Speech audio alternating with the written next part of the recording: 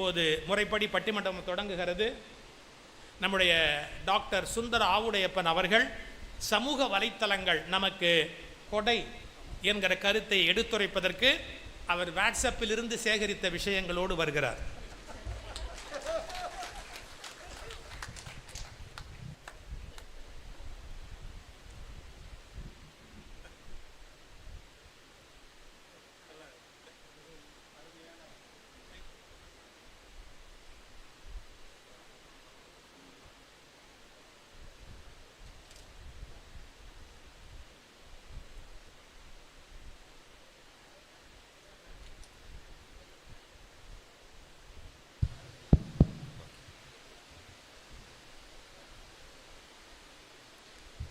வானொலியிலேருந்து retire ஆகி 1 வருஷத்துக்கு மேலாச்சு. மைக்கை பார்த்து 2 வருஷம் ஆயிடுச்சு. அதான் சுவிட்ச் எங்கே இருக்குன்னு தெரியல. இப்போ கண்ணாடியை மாற்றி அருமையான நாகை 30 கொண்டாட்டத்தினுடைய சிறப்பு நிகழ்ச்சியாக இந்த நிகழ்ச்சியை ஏற்பாடு செய்து நடத்தி கொண்டிருக்கிற நாகப்பட்டினம் மாவட்டத்தினுடைய ஆட்சித்தலைவர் அன்பிற்கினிய ஆற்றலாளர் அருண் தம்புராஜ் அவர்களே, இந்த தொகுதியினுடைய சட்டமன்ற உறுப்பினர் அன்பிற்கினிய சகோதரர் ஆலூர் நவாஸ் அவர்களே, திரளாக கூடியிருக்கிற பெருமக்களே, மிக அற்புதமான ஒரு முன்னுரையை வழங்கி நாகப்பட்டினம்னா எப்படி இருக்கும் என்பதற்கு எடுத்துக்காட்டாக உங்களையெல்லாம் சான்று காட்டி தொடர்ந்து கைதட்டலையும் வாங்கி இங்கே தொடங்கி வைத்திருக்கிற, இன்றைக்கி கூட பரீட்சை எழுத போகிறது மாதிரி இந்த வலைத்தளங்களை பற்றிய நிகழ்ச்சிகளையெல்லாம் குறிப்பெடுத்து கொண்டு ஏபிசிடியில் மொத்தமாக 26 எழுத்துக்கும் எத்தனை சொற்கள் இருக்கின்றன, எத்தனை பயன்பாட்டாளர்கள் இருக்காங்க என்று இப்படி ஒரு சின்சியர் பட்டிமன்ற நடுவரை உலகத்தில் எங்கு தேடினாலும் நீங்கள் காண முடியாது. சுகிசிவம் அவர்கள் எங்கே சென்றாலும் படித்துவிட்டு புதிய தகவலை சொல்ல வேண்டும் என்று வரக்கூடியவர்.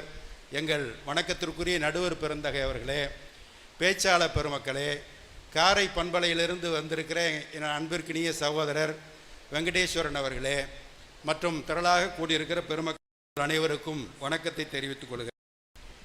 நடுவர் அவர்களே, நீங்கள் போகிற போக்கில் கொஞ்சம் கொடுமைகளும் சொன்னீங்க. அது நேரத்தை கொள்ளுதுன்னு. மனுஷனுக்கு எங்கே நேரம் இருக்குது அதை கொள்றதுக்கு? எனக்கு என்னமோ அது பெரிய விஷயமா தெரியல. நிறைய நன்மைகளை தான் சொன்னீங்க. சமீபத்தில் கூட ஒரு பெரிய விவாதம் நடந்தது. ஆயுத பூஜைக்கு, வெற்றி திருநாளுக்கு, ஆயுத பூஜை திருநாளுக்கு, விஜயதசமிக்கு கோயில்கள் திறக்கப்படுமா, பூஜை நடத்தப்படுமான்னு பெரிய ஆலோசனைகள் பத்திரிகைகள், ஊடகங்கள், அரசாங்கமே ஆலோசனை பண்ணி கொண்டிருந்தது. அந்த நேரம் பார்த்து எனக்கு செல்லில் ஒரு டைங்னு ஒன்று வந்து விழுந்துச்சு வாட்ஸ்அப். இந்த பெருந்தொற்று காலத்தில் ஆகச்சிறந்த ஆயுதம், அதுக்கு ஆயுத பூஜை கொண்டாடுவோம், வருக வணக்கம்னு முடிச்சுட்டு போயிட்டான். எவ்வளவு அந்த ஒரு பெரிய அழகா சொன்னீங்க. இந்த செருப்பு இருந்ததை 4 மருத்துவர்கள் எப்படி யோசிப்பாங்கன்னு. பெரிய விஷயங்களை எல்லாம் ரொம்ப யோசிக்க வேணாம், எளிமையாக தீர்த்து வைப்பதற்கான வழிகளை இந்த சமூக வலைத்தளங்கள் நமக்கு கொண்டு வந்து சேர்த்திருக்கின்றன. பெரிய பெருசா நீங்க கவலையே பட தேவையில்லை. எது வேணுமாலும் அழகா சொல்லுது. என்ன தேடினாலும் ரொம்ப அற்புதமாக சொல்லுகிறது. ஒவ்வொரு காலத்திலும், ஒரு காலத்தில் கற்காலம், கல்லே ஆயுதமாக இருந்தது, இரும்பு ஆயுதமாக இருந்த இரும்பு காலம் இருந்தது, வில்லாயுதம் இருந்த காலம் இருக்கிறது, வாளாயுதம் இருந்த காலம் இருக்கிறது, துப்பாக்கி அணுகுண்டு இந்த காலம் வரைக்கும் வந்துட்டு இன்னைக்கு ஒரு ஆயுதம் இருக்கிறது, தகவலே ஆயுதம் என்கிற காலத்திற்கு தள்ளப்பட்டிருக்கிறோம். இன்னைக்கு எடுத்துக்கொண்டால் நீங்கள் ஒவ்வொரு வாட்ஸ்அப்லையும், ஒவ்வொரு ஃபேஸ்புக்லையும், ஒவ்வொரு யூடியூப்லையும் வருகிற விஷயங்கள் பூரா அறிவு அற்றம் காக்கும் கருவின்னு வள்ளுவர் சொன்னார் பாருங்க. செருவார்க்கும் உள்ளளிக்கலாக அரண், அறிவை ஆயுதமாக தாங்கி இருக்கிறது. அது கொடையாக எடுத்துக்கொள்வதா, கொடுமையாக எடுத்துக்கொள்வதா? ஒரு பையன் கேட்டான் ஒரு வாத்தியார்கிட்ட, சார் சிவபெருமான் நிற்கிறார், பக்கத்தில் பார்வதி திரிசூலம் வச்சிருக்காரு, ராமர் நிற்கிறார், பக்கத்தில் சீதை வில்லு வச்சிருக்காங்க, முருகன் நிற்கிறார், 2 பக்கமும் வள்ளியும் தெய்வானையும் வேல் வச்சிருக்காரு, அங்கே வந்து சூளாயுதம், இங்கே வேலாயுதம், அங்கே வில்லாயுதம், அப்படி 3 வச்சிருக்காங்க. கிருஷ்ணர் ராதையோட நிற்கிறாரு, அவர் மட்டும் புல்லாங்குழல் வச்சிருக்காரு, என்னன்னு கேட்டான். வாத்தியார் சொன்னார், 3 பேரும் கட்டின பொண்டாட்டியோட நிற்கிறாங்க, அதனால ஆயுதம் தேவை. இவர் காதலியோட நிற்கிறாரு, புல்லாங்குழலோட தான் நிற்பாரு, லவ் பண்ணிக்கிட்டு இருக்காரு அப்படின்னு சொன்னார். ஹார்ட்வேராக இருந்ததை பூரா சாஃப்ட்வேராக மாற்றிருச்சு நடுவர்களே. இன்றைய வலைத்தளங்கள் இன்னைக்கு பூரா சாஃப்ட்வேர் உலகம். எல்லாத்தையும் டேக் இட் ஈஸி பாலிசி தான். ரொம்ப அற்புதமாக தென்காசியில் ஒரு சாமியார் இருக்காருன்னு ஓடினாங்க, கேட்கறதுக்கெல்லாம் பதில் சொன்னார். ஆபத்திலிருந்து தப்பித்துக் கொள்வது எப்படி அவர் பிரசங்கம் பண்றாரு. ஒரு நாய் உங்களை துரத்தினால் நின்று முறைச்சு பாருங்க, ஒரு புலி உங்களை துரத்தினால் மரத்தில் ஏறுங்க, ஒரு சிங்கம் உங்களை துரத்தினா செத்தது மாதிரி நடிங்க, ஒரு யானை வேகமாக துரத்தினா வளைஞ்சு வளைஞ்சு ஓடுங்க, ஒரு பாம்பு உங்களை துரத்தி வந்துச்சுன்னா நீங்கள் நேராக ஓடுங்க. ஒருத்தர் எந்திரிச்சான், பொண்டாட்டி துரத்துனா என்ன சாமியார் பண்ணுறதுன்னு, என்னைய மாதிரி சாமியாராக ஓடி வந்துருங்க. எவ்வளோ அற்புதமாக சொல்கிறான் பாருங்க. அறிவு காலம் இன்னைக்கு ஒரு காலத்தில் ஒரு சேனல்னால் அதுக்கு பேர் இருக்கும், இன்னைக்கு அப்படி இல்லை. இன்னைக்கு வலைத்தள யுகத்தில், யூடியூப் காலத்தில் இன்னைக்கு ஒவ்வொரு தனி மனிதனும் ஒரு சேனலாக உருவாக்கி இருக்கிறான். ஒவ்வொரு தனி மனிதனும் ரொம்ப அறிவு புரட்சி, அறிவு ஆயுதம் எல்லாரும் கையில் ஏந்துறான். டக்குன்னு ஒரு செல் எடுக்கிறான், ஒரு ஃபோட்டோ எடுப்புறான், ஒரு சட்டமன்ற உறுப்பினருக்கு அனுப்புறான், கலெக்டருக்கு அனுப்புறான், அடுத்த நிமிஷமே ஆக்ஷன் முடிஞ்சு போச்சு. இல்லைன்னா வேகமாக யூடியூப்ல பரவிடும். இந்த விஷயம் பரவுறதுக்குள்ள சரி பண்ணுங்கப்பா. தலைமைச் செயலாளர் சொல்லலாம், அரசாங்க விஷயம் தானே நடுவர் அவர்களே. தலைமைச் செயலாளர் இறை அன்பு ஒரு வெள்ளைத்தாளை எடுக்கிறார், இனிய தோழமையன்னு ஒரு கடிதம் எழுதுகிறார், முத்து முத்தான கையெழுத்தில் ரொம்ப அற்புதமாக எழுதுகிறார். எழுதி கொண்டு வரும்போது மாவட்டங்களில் நடக்கக்கூடிய அந்த குறைகளை எல்லாம் மாவட்ட அளவிலேயே தீர்த்து வைத்து விடுங்கள், எல்லா கலெக்டருக்கும் எழுதுகிறார். மாவட்ட அளவிலேயே தீர்த்து வைத்துக் கொள்ளுங்கள். இங்கு தலைமைச் செயலகத்தில் நிறைய கடிதங்கள் புகார்கள் குவிகின்றனன்னு ஒரு கடிதம் எழுதி முடிக்கிறார். எழுதி முடிச்சுட்டு எல்லாருக்கும் இமெயில் அனுப்புறாரு, எல்லா கலெக்டருக்கும் அனுப்புறாரு, பத்திரிகைகளுக்கும் போய் சேருது. இங்க எல்லாம் போய் சேர்றதுக்கு முன்னாடியே ஒவ்வொரு தனி மனிதனுக்கும் அவனுடைய செல்ல விழுந்துருச்சு வாட்ஸ்அப்ல. இப்படி ஒரு கலெக்டர் எழுதியிருக்காருன்னு ஒவ்வொரு கலெக்டர் மட்டும் பார்க்கல, தாசில்தார், விஏஓ, ஊரில் இருக்கிற தலையாரி வரைக்கும் எல்லாரும் படிக்கிறாங்க. தீக்கலைன்னா மேலே வரைக்கும் போகும்போது இருக்கேன், உடனே ஆக்ஷன். இந்த விரைவு கொடையா கொடுமையா? இந்த சமூகத்தில் நடக்கக்கூடிய இந்த விரைவு என்பது இப்போ கொரோனா வந்திருக்கு, கொடுமையானது தான். ஆனாலும் கூட சரியான நேரத்தில் வந்திருக்குன்னு நான் சொல்லுவேன். எல்லாருக்கும் இப்போ ஒர்க் ஃப்ரம் ஹோம் கம்ஃபர்டபுளாக இருக்கு. இப்போ ஏன்னா எல்லாம் இந்த வலைத்தளங்கள் கொடுத்த கொடையின் காரணமாக வீட்டில் இருந்துக்கிட்டு அவன் எல்லா வேலையும் பார்க்குறான். உலக பொருளாதாரம் இதுவரைக்கும் பாதிச்சிருச்சுன்னு யாரும் சொல்லலை. ரொம்ப அற்புதமாக சம்பாரிச்சுக்கிட்டு இருக்கான். ஆஃபீஸ் தேவையில்லை, லைட்டு தேவையில்லை, ஃபேன் தேவையில்லை, போக்குவரத்து தேவையில்லை, பொல்யூஷன் குறைஞ்சி போச்சு. எல்லாம் வீட்டில் இருந்த தெரிஞ்சால் ஒர்க் ஃப்ரம் ஹோம், தெரியலன்னா ஒர்க் ஃப்ரம் பிளாட்ஃபார்ம். பல பேருக்கு வெளியே தெரியாமல் முறுக்கு சுட்டு ஊற்றிக்கிட்டு இருக்கான். பிரியாணி விற்கிறேன்னு வந்துட்டான். பேராசிரியர்கள்லாம் சில பேர் பிரியாணி விற்கிறேன்னு வந்துட்டான். அது கொடுமை சில நேரங்களில். ஆனாலும் கூட இந்த தரம் 2 பையன் யூகேஜி படிக்கிறவன் போய்கிட்டு இருக்கான். மாப்பிள்ளை எங்கே படிக்கிறேன்னு கேட்குறான். அவன் ஒரு யூகேஜி படிக்கிறவன், நான் சாம்சங்கில் படிக்கிறேன்றான் ஒருத்தன், இன்னொருத்தன் நான் ரெட்மியில் படிக்கிறேன்றான். ஸ்கூலில் பைக்கில் வச்சுட்டு போய்கிட்டு இருக்காங்க. எல்லாம் ஆன்லைன் கிளாஸு, செல்ஃபோனை சொல்கிறானுங்க, அதில் தானே அவன் படிக்கிறான். அப்படி தானே படிச்சுக்கிட்டு இருக்கான். லேப்டாப் தான் ஆஃபீஸ். இப்போ உலகத்தில் எல்லாம் வந்துருச்சு. காலத்திற்கேற்ற மாறுதல்களை இது சேர்த்துருக்கு. இப்போ எல்லாம் ஆன்லைன் வாட்ஸ்அப்பில் இன்விடேஷன், கல்யாண பத்திரிக்கைலாம் இப்போ யாரும் போய் பழங்கள்லாம் கொரோனா காலம் வீட்டுக்கெல்லாம் வந்துடாதீங்க, வந்தால் அவங்கள நாங்கள் பார்க்க மாட்டோம், தண்ணியும் கொடுக்க மாட்டோம்னு எல்லாம் சொல்கிறோம். எல்லாம் வாட்ஸ்அப்லேயே. ஒருத்தன் கிண்டலாக கேட்குறான், வாட்ஸ்அப்பில் இன்விடேஷன் அனுப்பிச்சா மொய்யும் வாட்ஸ்அப்லேயே அனுப்பிச்சிடலாமா போல, ஃபோட்டோ எடுத்து அனுப்பிச்சிடட்டா அப்படின்னு கேட்குறான். இப்போ அதெல்லாம் இல்லை. வாட்ஸ்அப்பில் இன்விடேஷன்லேயே போட்டுடுறான். Zoom time, Google time, live link கொடுத்துட்றான்.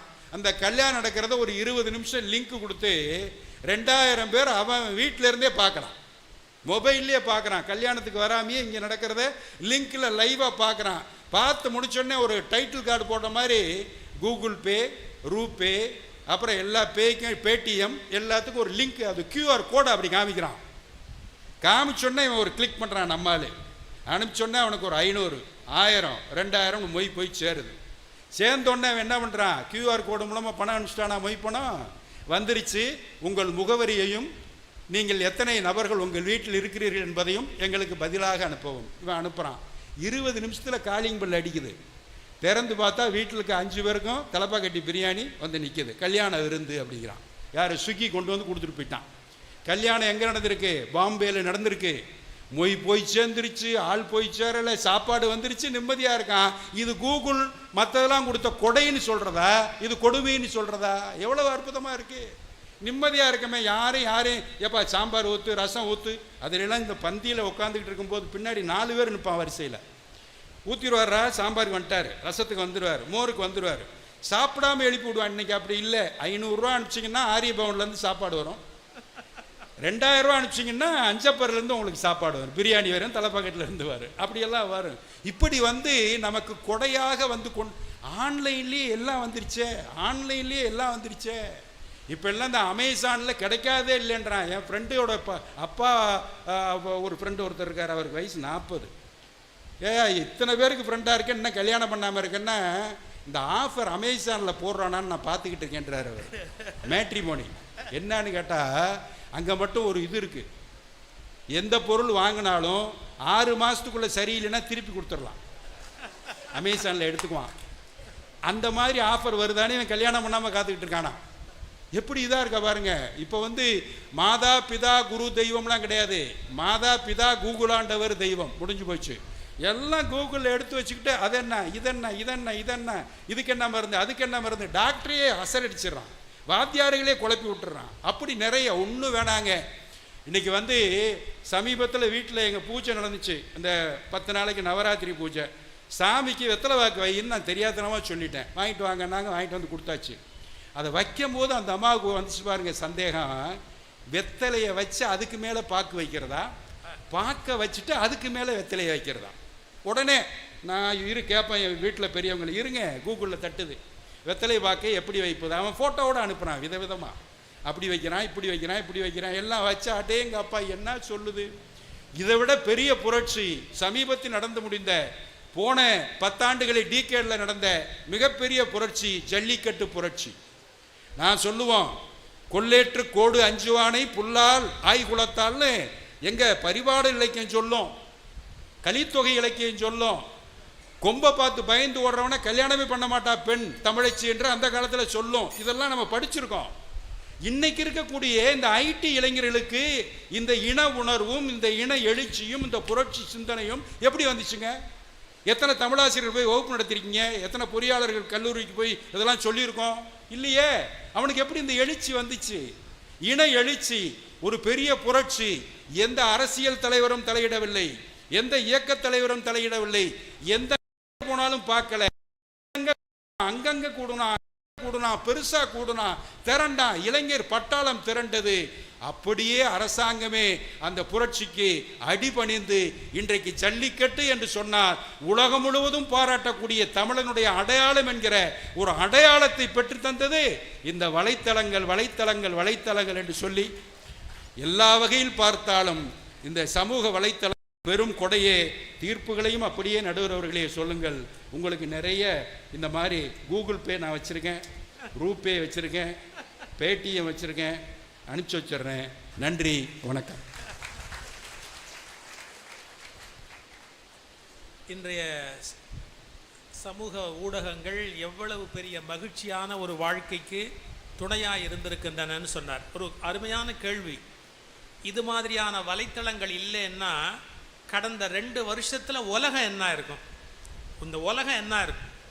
உலகம் முழுக்க தகவல் தொடர்பு, மருத்துவ பரிமாற்றம் எல்லாமே கேள்விக்குறியாக போயிருந்திருக்குமே. கடந்த 2 வருடங்கள் என்ன இருக்கும்? ரொம்ப கடுமையான ஒரு கேள்வி.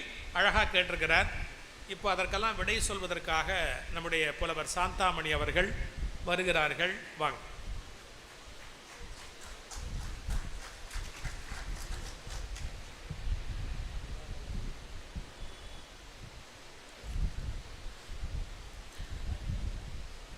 பிள்ளைகளின் பிறந்த நாளை பெற்றோர்கள் கொண்டாடுவார்கள்.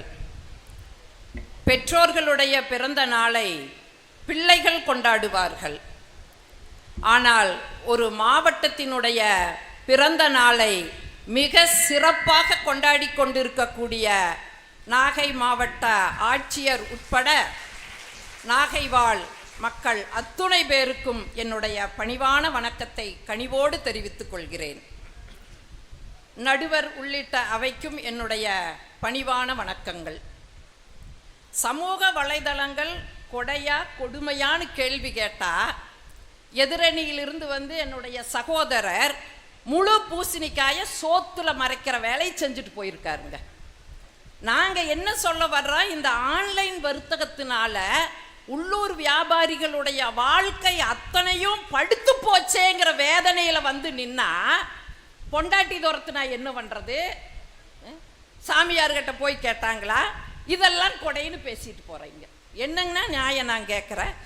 நீங்கள் ஒரு காலகட்டங்களெல்லாம் பாருங்கள், நிலாவை பார்த்து குழந்தைகளுக்கு சோறு ஊட்டணும்.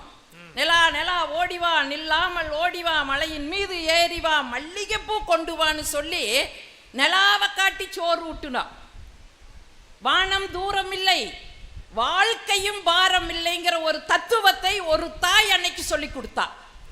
ஆனால் இன்னைக்குங்க ஒரு 3 வயசு குழந்தைக்கு செல்ல காட்டி தான் சோறு ஊட்டிட்டு இருக்கிறோம். இதை கண்கூட என் வீட்டில் நான் பார்த்துட்டு இருக்கிறேன். என் மருமக பேரனுக்கு தினம் செல்ல காமிச்சு தான் சோறு ஊட்டுறான். அந்த ஆதங்கத்தில் அங்கே கேட்க முடியாதுங்க, மருமகளா போயிட்டா கேட்க முடியல. அந்த ஆதங்கத்தை வந்து நான் இங்கே சொல்லிட்டு இருக்கிறேன். என்ன கொடுமை நடந்துட்டு இருக்குது இங்கே வந்து என்ன பேசிட்டு இருக்கிறீங்க? சரி, குழந்தைகளுக்கு தான் அப்படின்னா பெரியவங்க சாப்பிடும்போது கரெக்டாக சாப்பிட்றீங்களா? நிறைய வீடுகளில் செல்போன் பார்த்துட்டு தான் சாப்பிட்றாங்க, டிவியை பார்த்துட்டு தான் சாப்பிட்றாங்க. இல்லைன்னு சொல்ல முடியுங்களா? திருமூலர் ரொம்ப அழகா சொன்னாருங்க, யாருக்கும் இடுமீன் அவர் இவர் என்னன் மீன் பார்த்திரு உண்மின்னு சொன்னார். அதாவது சாப்பிடும் போதுங்க கண்களால் அந்த சாப்பாட்டை கூர்ந்து பார்க்கணுமா. ஏன்னா கண்களில் இருக்கிற காந்த ஒளி அந்த சாப்பாட்டில் பட்டு அந்த சாப்பாட்டை உமிழ்நீரோடு சேர்த்து சாப்பிடும்போது ஜீரணமாகுங்கிறத திருமூலர் ரொம்ப அழகா சொன்னார். எங்கள் கண்ணுக்கு காந்த ஒளி இருக்குதா அப்படின்னு ஒரு கேள்வி உங்களுக்கு வரல. அப்படி இருந்ததுனால தான் கணவன் காணாத உலகத்தை நான் பார்க்க மாட்டேன் என்று மகாபாரதத்தில் காந்தாரி தன்னுடைய கண்களை கட்டியிருந்தா. கடைசியில் குருச்சேத்திர போரில் அது துரியோதனுக்கு அந்த காந்த ஒளி பயன்பட்டுச்சுங்களா இல்லையா? ஆனால் பெரியவங்க அப்படியே பார்த்துட்டு இருக்கிறோம். பெரியவங்களும் செல்போன் பார்க்குறாங்க. ஒரு வீட்டிலைங்க திருடனை பிடிச்சிட்டாங்க. காவல்துறை நண்பர்கள் ஆச்சரியப்பட்டு அந்த பெண்கள் கிட்ட கேட்டாங்க, எப்படிமா திருடரை பிடிச்சிங்கன்னு. அது ஒன்றும் இல்லைங்க, காம்பவுண்ட் ஏறி குதிச்சிருக்கிறா, எங்களுக்கு தெரியல. சரி, வீட்டுக்குள்ள வந்து பீரோவை உடைச்சு நகை நட்டெல்லாம் எடுத்திருக்கிறா, எங்களுக்கு தெரியல. சரி, வயிறு வசிக்குதுன்னு சமையல் கட்டில் போய் தோசை சுட்டு சாப்பிட்டுருக்கிறானுங்க, அதுவும் எங்களுக்கு தெரியல. அட எப்படி பிடிச்ச? ஒன்றும் இல்லைங்க, நாங்கள் டிவி பார்த்துட்டு இருந்தோம்ல, அதை வந்து தூக்குனா கரெக்டாக கேட்ச் பிடிச்சிட்டோடாங்க. இன்னைக்கு இந்த கொடுமை இந்த மண்ணில் நடந்துகிட்டு இருக்குது. இதுக்கு வக்காலத்து வாங்கிட்டு 3 பேர் வந்திருக்கிறது தான் கொடுமை நாங்கள் சொல்கிறோங்க. நீங்கள் அழகாக சகோதரர் சொன்னார், இன்னைக்கு அவங்கவுங்க தனிப்பட்ட முறையில் எல்லாம் சேனல் ஆரம்பிச்சிருக்காருங்க. ஒரு 12 வயசு பையனுங்க, குட்டி வடிவேலுன்னு அவனுக்கு பேர். 12 வயசு பையன் ஒரு யூடியூப் சேனல் ஆரம்பிச்சிருக்கிறான். ஆரம்பித்த 1 மணி நேரத்துலங்க 75,000 சப்ஸ்கிரைபர் வச்சிருக்கிறான். அப்படி என்னடா அவன் சாதிச்சான்னு போய் பார்த்தா 12 வயசுல அவன் பார்க்கக்கூடாத பாடலுக்கெல்லாம் டான்ஸ் ஆடி வாயை அசைச்சு டிக்டாக் செய்து இன்னைக்கு 7 லட்சம் பேர் அதை ஃபாலோ பண்ணிட்டு இருக்கிறாங்கன்னு சொன்னா இன்னைக்கு இந்த சமூகம் எங்கெங்க போயிட்டு இருக்குது நான் கேட்குறேன். இதெல்லாம் நீங்க வந்து கொடைன்னு சொல்லுவீங்களா? இதை விடங்க நடுவர் அவர்களே, ஏன் தங்கச்சி பையன் எனக்கு ஃபோன் பண்ணா, பெரியம்மா எங்க இருக்கிறீங்க? ஏன்டா கொரோனா காலம் வீட்டில் தான் இருக்கிற, நிகழ்ச்சியும் இல்லை, வீட்டில் தான் இருக்கிறேன்னு. அதை விடுங்க பெரியம்மா. ஃபேஸ்புக்கில் இருக்கிறீங்களா? இல்லை. வாட்ஸ்அப்பில் இல்லை. ட்விட்டரில் இல்லை. வைங்க போன கோவிச்சிட்டு வச்சுட்டா. வாட்ஸ்அப்பில் இருக்கிறீங்களா, ஃபேஸ்புக்கில் இருக்கிறீங்களா, ட்விட்டரில் இருக்கிறீங்களான்னு கேட்ட பையன் நல்லா இருக்கிறையான்னு ஒரு வார்த்தை கேட்கலீங்க. இன்னைக்கு ஃபேஸ்புக்கில் எல்லாம் காணாமல் போயிட்டு இருக்கிறாங்க. என் பையனெல்லாம் பார்த்து பல வருஷம் ஆயிடுச்சுங்க. நான் என் வீட்டுக்காரர்கிட்ட சொன்னேன், ஏங்க சாப்பிடவே வரமாட்டேங்கிறானுங்க, எப்போ பார்த்தாலும் அந்த ஃபேஸ்புக்லேயே உட்கார்ந்துருக்கிறா, நீங்கள் தான் கொஞ்சம் சொல்லக்கூடாதான்னு. அவர் சொன்னார், ஏண்டி கத்துற, போடு ஃபேஸ்புக்கில், எந்திரிச்சும் பையன் வருவான். நானும் போய் போட்டேன். தடிமாடு எரும மாடு ஆக்கி வச்ச சோறு ஆறிட்டு இருக்குதுடா வாடான. நீங்க நம்ப மாட்டீங்க, அடுத்த செகண்ட் 1000 லைக்ஸ் விழுந்துடுச்சு. அடுத்த செகண்ட் 1000 லைக்ஸுங்க. அதில் ஒருத்தங்க கேட்குற, ஆன்டி உங்க வீட்டுல மனுஷனுக்கும் மாட்டுக்கும் ஒரே சாப்பாடா? கேள்வி கேட்கிறேன். இன்னைக்கு லைக்ஸை எதிர்பார்த்து லைஃபை இழந்து கொண்டு இருக்கிற சமுதாயமா தாங்க மாறி போயிருக்குது. இன்னைக்கு ஒய்ஃப் இல்லாமலும் கூட வாழ்றதுக்கு ரெடியா இருக்கிறா. ஒய்ஃபை இல்லாமல் வாழ்வதற்கு இன்னைக்கு இளைய தலைமுறை தயாரா இல்லைங்களே. இது என்ன கொடுமை நான் கேட்கிறேன். இந்த ஆசை யாரை விட்டுச்சுங்க? என்னையும் இழுத்துது. இப்போ இவங்க கொடைன்னு பேசுறாங்களா? சரி, ஏதோ ஃபேஸ்புக் கொடையாத்தான் இருக்குன்னு நான் ஒரு டிஷ் கண்டுபிடிச்சேங்க. உள்ளி முருங்கை குழம்பு. என்னது? உள்ளி முருங்கை குழம்பு. சரி, முருங்கைக்காயும் வெங்காயமும் போட்டு ஒரு குழம்பு. சரி, ஃபேஸ்புக்கில் போடுவோமே, போட்டுவிட்டேன். சும்மா லைக்ஸ் விழுந்துட்டே இருந்ததுங்க, என் வீட்டுக்காரரை தவிர. நான் போய் சொன்னேன், ஏனுங்க எல்லாரும் லைக்ஸ் போடுறாங்க, நீங்களும் ஒரு லைக்ஸ் போட்டுருங்கண்ணே. அந்த மனுஷனுக்கு வந்தது பாருங்க கோபம். ஏய், அவங்கெல்லாம் பார்த்துட்டு போடுறாங்கடி, நான் சாப்பிட்டு இருக்கிறேன், ஓடுறி நாகப்பட்டினம்ட்டாரு. பறந்தடிச்சு இங்கொடியாந்து இருக்கிற இந்த கொடுமையை நாங்கள் எங்கே போய் சொல்றது? நடுவர் அவர்களே, முகநூல்னு சொல்றாங்க. ஆனா அந்த முகநூல்ல யாரோட முகமும் ஒரிஜினல் இல்லைங்கிற வருத்தம்ங்க. ஆண்களுடைய பெயர்ல பெண்கள் உலாவறாங்க, பெண்களுடைய பெயர்கள்ல ஆண்கள் உலாவிட்டு இருக்கிறாங்க. பெண்களுக்கு என்னன்னா, ஆண்களோட படத்தை போட்டுட்டா நமக்கு ஒரு பாதுகாப்புன்னு. ஆண்கள் என்ன நினைக்கிறாங்க, பெண்களோட படத்தை போட்டா நிறைய ஃபாலோயர்ஸ், ஃப்ரெண்ட்ஸ் கிடைக்குன்னு சொல்லி பேரும் சொந்தம் கிடையாது, முகங்களும் சொந்தம் கிடையாது. இதுல என்ன நடந்தது தெரியுங்களா? இந்த கொரோனா வர்றதுக்கு 6 மாசத்துக்கு முன்னாடிங்க மும்பையில ஒரு பொண்ணு இந்த முகநூல்ல அழகான வாலிபனுடைய படத்தை பார்த்துருக்குது. பார்த்து ஃப்ரெண்ட் ரெக்வஸ்ட் கொடுத்துருக்குது. ஃப்ரெண்ட் ஆயிட்டாங்க. தினம் சேட் பண்ணிக்குவாங்க. சாப்பிட்டியா, தூங்குனியா, படிச்சியா? அது +2 படிச்சுக்கிட்டு இருக்குது. படிச்சியா, சாப்பிட்டியா? அம்மா டாக்டர், அப்பா பேராசிரியர். அவங்க அக்கறைப்படாத அளவுக்கு இவன் அக்கறைப்படுறது. இதுக்கு டெய்லி இப்படி பேசிகிட்டே இருந்துட்டுங்க. ஒரு நாள் அவன் சொல்லிட்டா, நீ கிளம்பி வா, என்னென்னலாம் வீட்டுக்கு எல்லாம் சுருட்டி எடுத்துட்டு வா, நான் உன்னை வச்சு காப்பாத்துறேன்ட்டான். அதுவும் நம்பி வீட்டில் பணத்தையும் எடுத்துட்டு நகையும் எடுத்துட்டு சென்னை ஏர்போர்ட்டில் வந்து இறங்கிடுச்சு. இறங்கி அவனை கூப்பிட்டுச்சு, நான் வந்துட்டேன்னு. உடனே அவன் இந்த விஜயகாந்த் படத்தில் அப்படியே அந்த பேரரசில் அப்படியே இதை டேர்ன் பண்ணி முகத்தை காட்டுற மாதிரி, நான் உன் முன்னாடி தான் நின்று கொண்டு இருக்கிறேன் டொண்டோடோய்னா. இது அப்படியே திரும்பி பார்த்துச்சுங்க. தாத்தா வயசுல ஒருத்தர் நிற்கிறானுங்க, தாத்தா வயசுல நிற்கிறா. ஃபேஸ்புக்ல ஒரு அழகான வாலிபனோட படத்தை போட்டு அந்த பிள்ளைய ஏமாத்தி, நல்ல வேளை அந்த பிள்ளை என்ன பண்ணுச்சு தெரியுங்களா? ஓடி போய் அங்கே இருக்கிற காவல்துறை நண்பர்கிட்டெல்லாம் சொல்லுச்சு, நான் ஃபேஸ்புக்கில் பார்த்த நபர் இவர் இல்லைங்க, வேறேங்கன்னு சொல்லி உடனே பெற்றோர்களுக்கு ஃபோன் பண்ணி பெற்றோர்கள் வந்து அந்த பிள்ளையை அழைத்து கொண்டு போனார்கள் என்று சொன்னால், என்ன உங்களுடைய சமூக வலைதளங்கள் வந்து இங்கே நீங்கள் கொடைன்னு பேசிக்கிட்டு இருக்கிறீங்க. சமீபத்தில் என்னுடைய நண்பரை சந்திச்சங்க. நான் கேட்டேன், ஏங்க பொண்ணு கல்யாணம் பண்ணிட்டீங்களான்னு. சொல்கிறாரு பாருங்க, கல்யாணம்ங்கிறது என்னங்க, திருமணம்ங்கிறது என்னங்க? பாரதிதாசன் சொன்ன மாதிரி, ஒரு மனதாயினர் தோழி இத்திருமண மக்கள் என்றும் வாழின்னு சொல்லி உற்றார் உறவுகள் எல்லாம் வந்து மனதார வாழ்த்துறது தான் இங்கே திருமணம். அந்த திருமணத்தை என்ன சொல்லிட்டு இருக்கிறாரு, எங்கேயோ ஹைதராபாத்தில் நடக்குதாமா, பிரியாணி வருதாமா ஆன்லைனில். இந்த கொடுமையை எங்கெங்க கலெக்டர்கிட்ட தான் சொல்ல, நான் வேற எங்கெங்க போய் சொல்றது? என் வீட்டுக்காரர்கிட்டையும் கூட சொல்ல முடியாது. என்னத்தை வந்து நீங்க இங்க சொல்லிட்டு இருக்கிறீங்க? அந்த நண்பரை பார்த்து கேட்டேன், ஏனுங்க மகளுக்கு கல்யாணம் பண்ணிட்டீங்களான்னு. இல்லைங்க, அவளே கல்யாணம் பண்ணிட்டாங்க. கல்யாணம் பண்ணிட்டாங்களே, எப்படிங்கன்னு? ஒரு 10,000 கல்யாணம் பண்ணிட்டு போயிட்டாங்கன்னு. நான் சொன்னேன், சார் கொரோனா காலம், என் சகோதரர் சொன்ன மாதிரி யாரையுமே கூப்பிட முடியாது, கொரோனா காலம்தான்.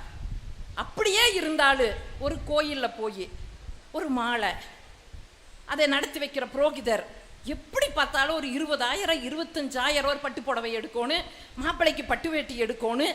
எப்படி இருந்தாலும் ஒரு 25,000 கூட இல்லாமல் கல்யாணம் பண்ண முடியாதுங்க சார், எப்படிங்க சார் பண்ணுனீங்கன்னு ஒரே வார்த்தை சொன்னார் பாருங்க. அவளுக்கு 10,000க்கு ஒரு செல்ஃபோனை வாங்கி கொடுத்த, அவள் ஃபோனில் பேசியே கல்யாணம் பண்ணி போயிட்டானார். அதனால தாங்க ஒரு கவிஞன் நொந்து எழுதுனா, செல்லும் வாங்கி கொடுத்து செல்லமாக வளர்த்த மகள் இன்று தொடர்பு எல்லைக்கு அப்பால் என்று ஒரு கவிஞன் எழுதுறான்னா, இதெல்லாம் உங்களுக்கு கொடுமையா தெரியலையா? நான் கேட்குறேன். இதை விடங்க, ஒரு காலகட்டத்தில் குழந்தைய செல் வச்சிருந்தா நம்ம போய் பிடுங்கி வைப்போம். ஏய் வை செலவை சில பார்க்காத செலவு நாங்களே போய் கெஞ்சிரோம். இந்த தங்க 1 மணி நேரம் அட்டன் பண்ணுதுங்க கிளாஸு, 1 மணி நேரம் அட்டன் நடக்குதுங்களா இல்லையா? அந்த 1 மணி நேரத்தில் ஆசிரியர்கள் என்ன பாடுபடுறோம் தெரியுங்களா? என் வகுப்பில் நான் அனுபவிச்சனுங்க. இந்த ஆன்லைன் கிளாஸ் என் சகோதரர் சொன்னார் பாருங்க, இந்த ஆன்லைன் வகுப்பு அளப்புற மாதிரி. நீங்கள் ஆம்பளை பையனும் பொம்பளை பிள்ளையும் படிக்கிற கோயெட் காலேஜ் எங்களால் சமாளிச்சிருவோங்க, சமாளிக்க முடியும். ஆனால் இந்த கோவிட் கிளாஸ் எங்களால் சமாளிக்க முடியல. அந்த பக்கம் ஒரு நாள் அவங்க பாட்டியை கொண்டு வந்து உட்கார வச்சுட்டு ஓடிட்டான். நான் கேள்வி கேட்குறேன், பாட்டி பதில் சொல்லுது, ஐயோ நீங்கள் யாருங்கன்னு. நான் அவனோட பாட்டின்னுச்சு. ஏனுங்க நீங்கள் வந்து உட்கார்ந்துருக்குறீங்கன்னு. இல்லை கண்ணு, அவன் தான் வந்து ஏனாத்தா ஐயன் படிக்க வைக்கல பள்ளிக்கூடத்துக்கு அனுப்பல, என்னை பள்ளிக்கூடத்துக்கு அனுப்பியிருந்தா நான் வெகு வேலை செய்வேன் நீ சொன்னையல்லாத்தா, நீ பள்ளிக்கூடம் போகாட்டி போச்சாது, இந்தா வீட்டுக்குள்ள உட்காந்து படின்னு உட்கார வச்சுட்டு போயிட்டான். அழுகிறதா சிரிக்கிறதான்னு தெரியலைங்க. இன்னொருத்தன் தூங்குறா வகுப்புல. அவங்க அம்மா வந்து கேட்குறாங்க, டேய் என்னடா தூங்கிட்டு இருக்கிற? இதையெல்லாம் அன்மியூட் பண்ணி எங்களை கடுப்பேத்துறது. மைக்கை மியூட் பண்ணி வைக்கிறது இல்லை, அன்மியூட் பண்ணி வச்சுக்கிட்டு எங்களை கடுப்பேத்துறா. அங்கே வந்து அந்த அம்மா கேட்குது, டேய் என்ன தூங்குறேன்? யோகாவை போயிட்டு இருக்குது போ. இன்னொருத்தன் விளையாண்டுட்டு உட்காந்துருக்கிறா, கேம்ஸ் பீரியடு போகுதுங்கிறா. எத்தனை சிக்கலுங்க. இன்னைக்கு இந்த சமுதாயம் திசை மாறி போயிட்டு இருக்குதுன்னு சொன்னா, நடுவர் அவர்களே, ஒரு காலகட்டங்களிலே உறவுகளோடு உட்கார்ந்து வீட்டுக்குள்ள பேசிக்கிட்டு இருந்தோம். இன்னைக்கு வீட்டில் 4 பேர் இருந்தாலும் 4 பேர் கையிலே ஆண்ட்ராய்டு ஃபோனு. காலையில் எந்திரிச்சு பல்ல தேய்க்கிறானோ இல்லையோ செல்ல தேய்ச்சிக்கிட்டு உட்காந்துக்கிட்டு இருக்கிறான்.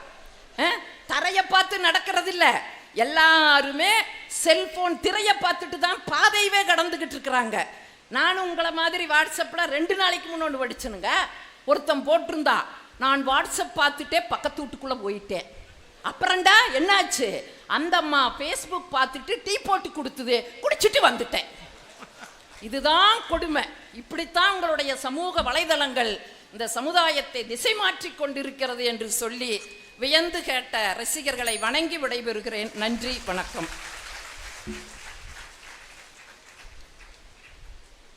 நல்ல யதார்த்தமான உண்மைகளை சொன்னாங்க. இந்த ஆன்லைன் வகுப்பு அலப்பறைகளை பற்றி ரொம்ப வேதனையாக சொன்னாங்க. எத்தனை பேர் இதை பார்த்தீங்களோ எனக்கு தெரியாது. சுப்ரீம் கோர்ட்டில் ஒரு அட்வொகேட்டு கோட்டு மட்டும் போட்டுக்கிட்டு அப்பியர் ஆகிட்டார். வீடியோ வந்துருச்சு, கோட்டு மட்டும்தான் போட்டிருக்காரு. கொஞ்சம் யோசிச்சுக்கோங்க. அதாவது நாம் ஒரு இடத்துக்கு போகிறோமே எப்படி இருக்கணும் அப்படிங்கிற அந்த பண்பாடெல்லாம் போயிடுச்சே அப்படிங்கிற வேதனையை அவங்க சொன்னாங்க. ஆனால் இதை சரியாக பயன்படுத்துகிறவங்களும் பயன்படுத்துகிறாங்க. இன்னொரு செய்தி வந்ததுங்க. ஒரு பையன் நல்ல வெயிலில் உட்காந்து ஆன்லைன் கிளாஸ் அட்டன் பண்ணுறான். நல்ல வெயில், கடும் வெயில். வகுப்பெடுக்கிற ஆசிரியர் கேட்குறாரு, ஏன்டா தம்பி இப்படி வெயிலில் உட்காந்துருக்கிறியப்பா, எங்கேயாவது நிழலில் உட்காரக்கூடாதா அப்படின்னு. அந்த பையன் சொன்ன பதில் பாருங்க, சார் இங்கே மட்டும்தான் சார் லைன் எடுக்குது, நான் வேறு எங்கே போனாலும் எடுக்க மாட்டேங்குது, அதனால நான் வகுப்பை அட்டன் பண்ணுங்கிறதுக்காக இந்த வெயிலில் உட்காந்துருக்கிறேன். அப்படியும் படிக்கிறாங்க. இந்த உலகத்தில் 2 சைடு இருக்குது மாணவர்களில். அதை ரொம்ப அழகாக ஆசிரியங்கிறதுனால அந்த செய்திகளை எல்லாம் சொன்னாங்க. இப்போ இல்லை அது கொடைதான் என்பதை சொல்லுவதற்கு அருமை தம்பி சிவ சதீஷ் அவர்கள் வருகிறார்கள். வாங்க. இந்த மணி ஒழுங்காக அடிக்க மாட்டேங்குதுப்பா, நான் அடிச்சதான் நீங்களே புரிஞ்சுக்கோங்க. என்னை நன்றாக இறைவன் படைத்தனன் தன்னை நன்றாக தமிழ் செய்யுமாறே. தமிழை காக்க வேண்டும் என்பதற்காக தமிழ் எழுத்துக்களாலேயே தமிழுக்கு மற்றும் இறைவனுக்கு என்று ஒரு கோவில் கட்டினார் ராஜராஜ சோழன். அந்த ராஜராஜ சோழனுக்கே ஒரு இடர் வந்த போது புத்த விகாரத்தில் அடைக்கலம் கொடுத்து காப்பாற்றிய ஊர் இந்த நாகைப்பட்டினம். தமிழ் காத்த மன்னனை காத்த பெருமையுடைய உங்கள் அனைவரையும் வணங்கி மகிழ்கிறேன். சமூக வலைதளங்கள் கொடையா கொடுமையா என்கின்ற காலத்திற்கேற்ற தலைப்பை தந்து எங்களை ஆற்றுப்படுத்தியிருக்கக்கூடிய சொற்கலை வித்தகர் சொல்வேந்தர் ஐயா அவர்கள் உள்ளிட்ட பட்டிமண்டப அறிஞர்கள், ஆட்சித்தலைவர் உள்ளிட்ட அத்தனை பெரியோர்கள், இங்கே ஒரு 1000 பேர் அமர்ந்திருக்கிறீர்கள். 1000 பேருக்கும் இந்த லைவ் வழியாக யூடியூப் வழியாக நேரலையாக கண்டு கொண்டிருக்கிற லட்சக்கணக்கான மக்களுக்கும், பதிவு செய்து வேண்டுகிற போதெல்லாம் பார்த்து கொள்ள இருக்கக்கூடிய கோடிக்கணக்கான மக்களுக்கும் என்னுடைய பணிவான வணக்கம். இதுதான் வலைதளத்தினுடைய கொடை அப்படிங்கிறது. இங்க 1000 பேருக்கு கிடைக்கக்கூடிய இந்த அறிவு செல்வத்தை 1000 பேர் இல்ல, லட்சம் பேர் இல்ல, கோடி பேருக்கு கொண்டு போய் கொடுக்கிற கொடையை தருவது இந்த வலைதளங்கள் என்று சொன்னால் அதை மறுக்க முடியாது. எங்க அம்மா வந்தாங்க, நானும் கோயம்புத்தூர்காரன் தான், வந்து ஆதங்கம் கொடுமை கொடுமைன்னு பேசினாங்க. வலைதளத்தினுடைய கொடுமையை பேசினாங்களா இல்ல அவங்க காலத்துல வலைதளம் இல்லைங்கிற கொடுமையை பேசினாங்களான்னு தெரியல. என் மருமக மட்டும் சோறு ஊட்டுறா அப்படின்னா இவங்கனால நிலாவை காட்டி தான் சோறு ஊட்ட முடிஞ்சுங்கிற ஆதங்கத்தை தான் கொட்டுறாங்களே ஒழிய வலைதளத்துல சொல்லல. ஆக வலைதளங்கள் என்பவை நமக்கு செய்ய வந்த ஒரு பணியாளர்கள், வேலை செய்ய வந்த பணியாளர்கள். அவர்களை எஜமானர்களாக ஆக்காமல் நாம் பணியாளர்களாக வேலை வாங்குவது நம்முடைய கையில் தான் இருக்கிறது. சில பேர் எஜமானர்களாக ஆகிவிட்டு இவர்கள் அடிமையாகி விட்டார்கள். அதை அம்மா அவர்கள் கொடுமை என்று பேசிவிட்டு போகிறார்கள். ஒரு காலத்துலங்க மதுரையில ஒரு முறை வெள்ளம் வந்துச்சு. அப்ப மரங்கள் எல்லாம் விழுந்து கிடக்கின்றன. என்ன பண்றதுன்னு தெரியல. எல்லா IAS ஆபீசர் எல்லாரும் உட்கார்ந்துட்டு இருக்காங்க. அப்ப முதலமைச்சர் காமராஜர் என்ன பண்றதுன்னு தெரியல. ஒரு ஆபீசர் சொல்றார் 10 நாள் ஆகும், ஒருத்தர் 8 நாள் ஆகும், ஒருத்தர் 5 நாள் ஆகும்ங்கிறார். அப்ப காமராஜர் ஐயா சொன்னார்கள், அதெல்லாம் வேண்டாம், நான் ஒன்னு சொல்றேன், அதை செய்யுங்க அப்படின்னாரு. என்ன சொல்றீங்க? அவங்க தெருவில் அவங்க வீட்டில் இருக்கிற வீட்டு வாசல் இருக்கிற மரங்கள் அவங்களே வெட்டி எடுத்து வச்சுக்கலான்னு சொல்லுங்க அப்படின்னு காமராஜர் சொன்னார். சொன்ன உடனே வானொலியிலே ஒலிபரப்பினார்கள். அடுத்த நாளே கிளியர் ஆச்சு. மறுபடியும் அதிகாரிகள் எல்லாம் கேட்குறாங்க, எப்படிங்க ஐயா இந்த செய்தி நீங்கள் சொல்ல முடிஞ்சு அப்படிங்கும் போது, நான் அதிகமாக படிக்கல, ஆனால் சொற்பொழிவு கேட்க போவேன். எங்கள் ஊரில் சொற்பொழிவு பேச வந்த ஐயா மாதிரி ஒரு பெரியவர் சொற்பொழிவு பேச வந்திருந்தாரு. அப்போ சுந்தரமூர்த்தி நாயனார் நெல் வேண்டினார். திருவாரூர் தெரு நிறைய நெல்லை கொட்டி விட்டுட்டு போயிடுச்சு பூதங்கணங்கள். தியாகராஜரை பார்க்க போறதுக்கு என்ன பண்றதுன்னு தெரியல. அப்ப அவர் ஒண்ணு பண்ணாரு, அவங்க வீட்டு வாசல் இருக்கிற நெல்லை அவங்களே எடுத்துக்கலான்னு சொன்னார். அதை அந்த சொற்பொழிவுல கேட்ட விஷயத்தை நான் இங்க பயன்படுத்தினேன் அப்படின்னு காமராஜர் ஐயா சொன்னார்கள். பாருங்க, இதுல இருந்து நான் இந்த கருத்துக்கு சொல்ல வர்றது, வானொலியிலே ஒளிபரப்ப சொன்னவுடன் ஒரு நாள் கழிச்சு அந்த மரங்கள் எல்லாம் அகற்றப்பட்டன. அதே வலைதளத்தில் வாட்ஸ்அப்ல ஸ்டேட்டஸா போட சொல்லுங்க, போட்டிருந்தார் என்ன இருக்கும்? 1 மணி நேரத்தில் இது காலியாயிருக்கும். ஆக நேர விரயத்தை நமக்கு சுருக்கி கொடுத்து, காலம் பொன் போன்றதல்ல, காலம் பொன்னை விட உயர்ந்தது என்பதை காட்டுகிற ஒரு சாளரம் தான் இந்த வலைதளங்கள் என்று சொன்னால் அதை மறுக்க முடியாது. இன்றைக்கு விழிப்புணர்வு என்பதை சமூக வலைதளங்கள் கொடுத்த அளவிற்கு பேச்சோ எழுத்தோ இசையோ நாடகமோ எதுவும் தரவில்லை என்பதை நான் சொல்ல முடியும். எப்படி? இன்றைக்கு இருக்கக்கூடிய பெரிய பெரிய தலைவர்கள், அரசியல்வாதிகள், ஐயா கூட சொன்னார், ஒரு நீதிபதியை பற்றி சொன்னார்கள், நீதிபதிகள் கூட அஞ்சுகிற ஒரு ஆயுதம் இருக்கிறது என்று சொன்னால் அது எங்கள் இளைஞர் கையில் இருக்கக்கூடிய மீம்ஸ். ஒரு மீம் கிரியேட் பண்ணி போட்டோம்னா போதும், அதுக்கு பயப்படுறாங்க. சுப்ரீம் கோர்ட் ஆர்டருக்கு பயப்படுறாங்களோ இல்லையோ, மீம்ஸுக்காக பயப்படுகிறார்கள். ஐயா அவர்கள் எடுத்து கொடுத்து விட்டு போனார்கள். அதாவது ஜல்லிக்கட்டு போராட்டத்தை பற்றி 50 MPக்களால் முடியாத ஒன்றை எங்கள் இளைஞர்கள் இந்த ஏப்பை வைத்து 50 MPக்களால் முடித்து காட்டினார்கள் என்று சொன்னால் வலைதளங்கள் எப்பவும் கொடையாகத்தான் இருக்கிறதே ஒழிய கொடுமையாக இல்லை என்பதை தான் நான் சொல்ல வர்றேன்.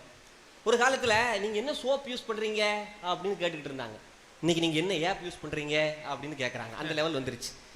எப்பவுமே எது நன்மையோ அதை தான் எடுத்துக்கொள்ள வேண்டும். இப்போ பட வடிவமைப்பு அப்படின்னு ஒன்று எடுத்துக்கிறோன்னு வச்சுக்கோங்களேன், அதுக்கு ஸ்னாப் சாட் அப்படின்ற ஆப் இருக்குது. தனித்திறன்களை வெளிப்படுத்த வேண்டுமா, பின்ட்ரெஸ்ட்னு ஒரு ஆப் இருக்குது. சுருக்கமாக வீடியோக்களை பதிவேற்றம் செய்ய வேண்டுமா, அதுக்கு ஷேர் சாட்டு. பவர் பாயிண்ட் பிரசன்டேஷன் அப்படின்னா அதுக்கு டம்ளர்னு ஒன்று வந்திருக்கு.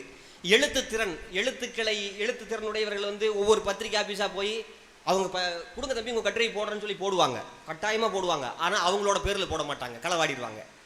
என்னுடைய திறமை நானே அங்கீகரிக்க வேண்டும், என்னுடைய பெயரிலேயே வெளிவிட வேண்டுமா, பிளாக்ஸ்னு ஒன்று இருக்கு, அதில் எழுதினா போதும், அதன் மூலமாக உயர முடியும். அப்படி என்னுடைய ஒரு நண்பன் அப்படி எழுதி அதன் மூலமாக 1 லட்ச ரூபாய் பரிசு வாங்கினார் என்று சொன்னால், ஒரு பிளாக்ஸில் எழுதியும் கூட சமூக வலைதளத்தின் மூலமாக தன்னுடைய பெயரை வெளிக்காட்டிக் கொள்ள முடியும் என்று சொன்னால் அது மிகையல்ல. அப்புறம் கருத்துக்களை பொது வெளியில் சொல்றதை விட ஒருமித்த கருத்துடையவர்கள் மத்தியில் சொல்லணும்னு வச்சுக்கங்களேன், கிளப் ஹவுஸ் அப்படி ஒரு ஆப் இருக்கு.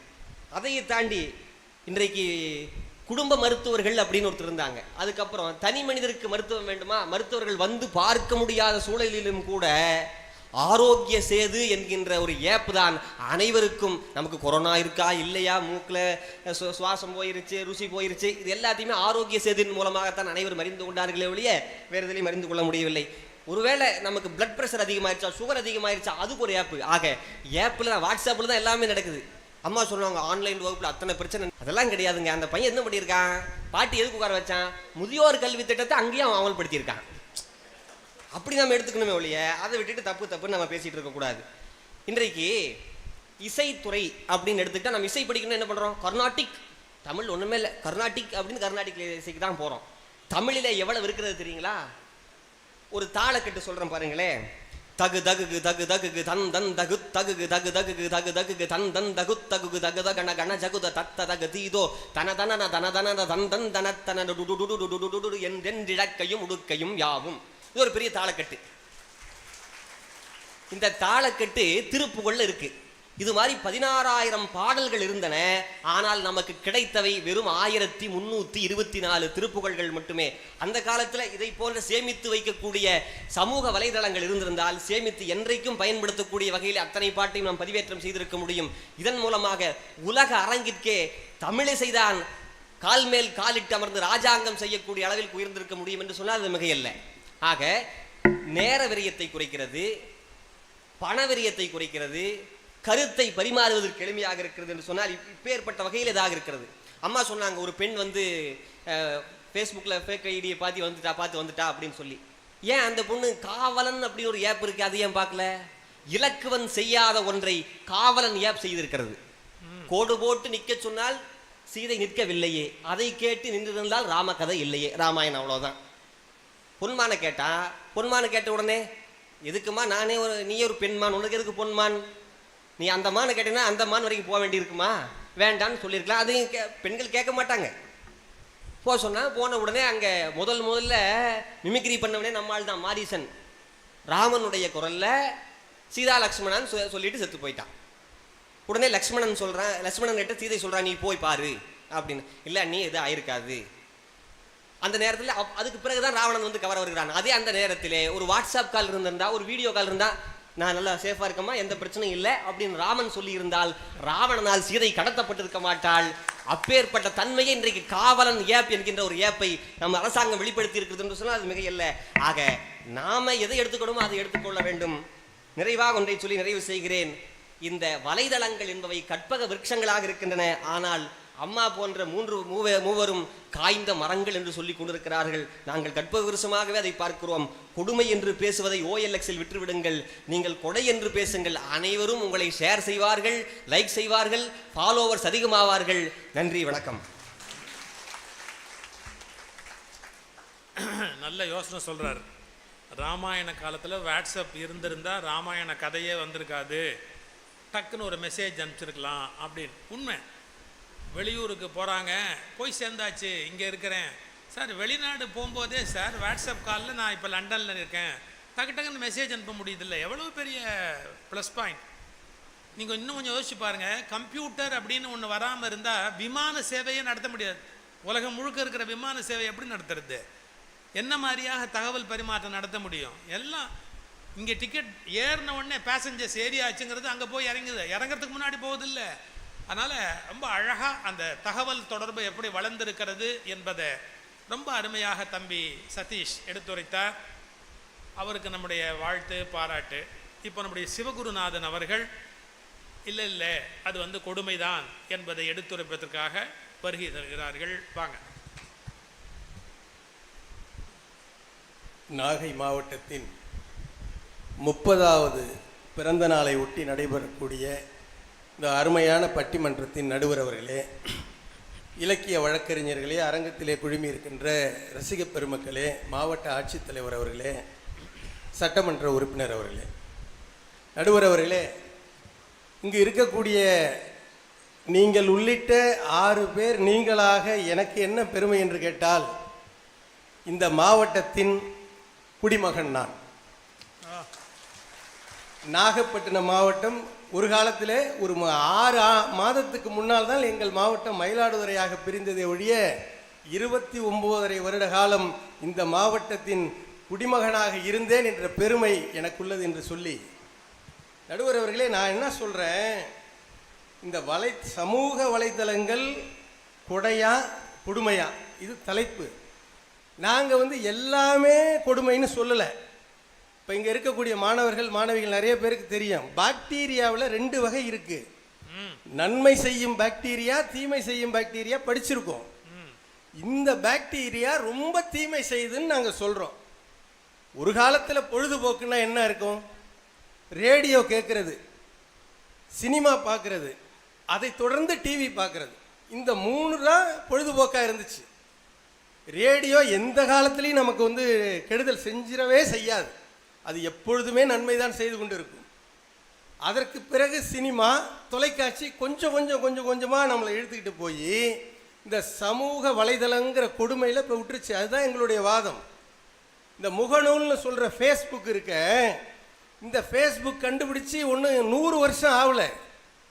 17 ஆண்டுகளுக்கு முன்னால் 2004 கண்டுபிடிக்கப்பட்ட ஒரு வலைதளம். யூடியூப் 2005 கண்டுபிடிக்கப்பட்ட ஒரு வலைதளம். ட்விட்டர் 2006 கண்டுபிடிக்கப்பட்ட ஒரு வலைதளம். வாட்ஸ்அப் 2009 கண்டுபிடிக்கப்பட்ட வலைதளம். இன்ஸ்டாகிராம் 2010 கண்டுபிடிக்கப்பட்ட ஒரு வலைதளம். இந்த 20 ஆண்டு கால வரலாறு கூட இல்லாத இந்த வலைத்தளங்கள் நம்மை 200 ஆண்டு கால பாதிப்புக்கு நம்மை தள்ளி இருக்கின்றன என்பதுதான் என்னுடைய வாதம். பாடங்களிலே கவனம் செலுத்தக்கூடிய மாணவர்கள், தன்னுடைய வளர்ச்சியை நோக்கி பயணம் செய்யக்கூடிய இளைஞர்கள், நாட்டின் வீட்டின் கண்களாக திகழக்கூடிய பெண்மணிகள் எல்லோரையும் இந்த வலைத்தளமானது அடிமைகளாக வைத்திருக்கிறது என்பதுதான் எங்களுடைய வாதம். செல்ஃபி எடுக்கிறோம், செல்ஃபி மோகம் இருக்கிறது. எங்கெங்க போய் நின்று செல்ஃபி எடுக்கலாம்? இப்போ உங்களோட நின்று எடுத்துக்கலாம், மாவட்ட ஆட்சித்தலைவர் இருக்கிறாங்க அவரோட நின்று எடுத்துக்கலாம், சட்டமன்ற உறுப்பினர் இருக்கிறாரு அவரோட நின்று எடுத்துக்கலாம். ஏன்னா ஆளுமைகள். எங்கே போய் எடுப்பான் தெரியுங்களா? மலை முகட்டில் உச்சியில் நின்று சூரியனோட சேர்ந்து எடுப்பான், போயிடுவான். ட்ரெயின் 160 கிலோமீட்டர் வேகத்தில் வந்துக்கிட்டு இருக்கு, என்ஜின்கிட்ட நின்று எடுக்கணும்னு எடுப்பான், போயிடுவான். கடல், இந்த நாகூரில் நடந்துச்சு, கடல் அலை எழும்பும் போது எடுக்கிறேன்னு எடுத்தா ஆளை காணும், அந்தமானுக்கு போயிட்டான். நடுவர் அவர்களே, நான் ஒரு தகவல் சொல்கிறேன். உலகத்திலேயே செல்ஃபி மோகத்தால் உயிரை இழக்கக்கூடிய நாடுகளிலே முதலிடம் வகிக்கிறது நம் இந்தியா. இந்தியா என்ன கொடுமை இது! இதைத்தான் நாங்கள் சொல்கிறோம். அந்த காலத்தில் விபத்துனா என்ன தெரியும், நான்லாம் செஞ்சுருக்கேன்.